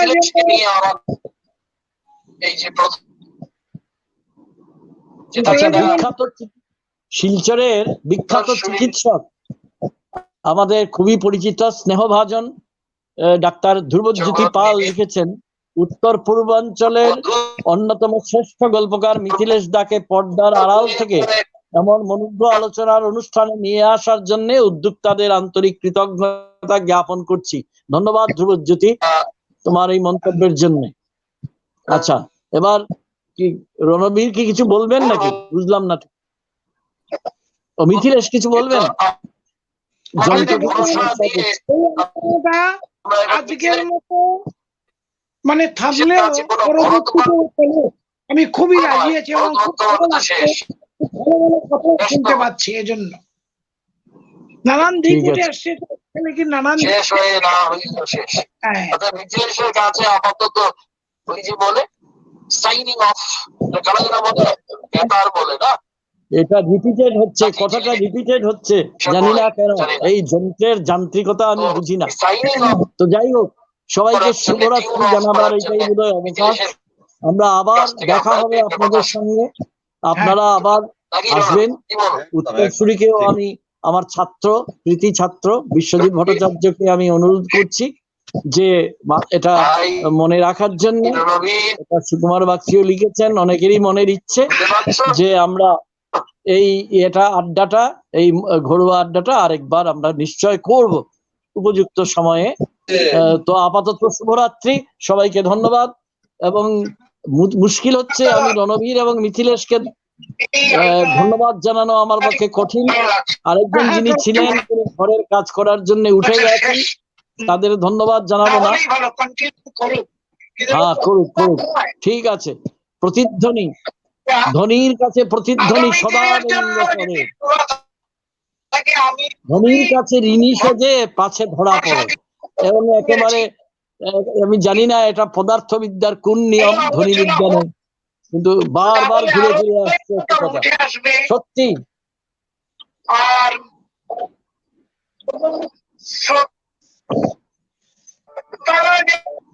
ঠিক আছে বিশ্বজিৎ, শেষ করছি। এটা বিষয়টা কি হচ্ছে বুঝতে পারছি না, ঘুরে ফিরে আসছে একই কথা। ধন্যবাদ মিথিলেশ, এবং ধন্যবাদ না দিয়েও ধন্যবাদ দিয়ে ফেলছি সঞ্চালক রণবীরকে। বিখ্যাত চিকিৎসক, আমাদের খুবই পরিচিত স্নেহভাজন ডাক্তার ধ্রুবজ্যোতি পাল লিখেছেন, উত্তর পূর্বাঞ্চলের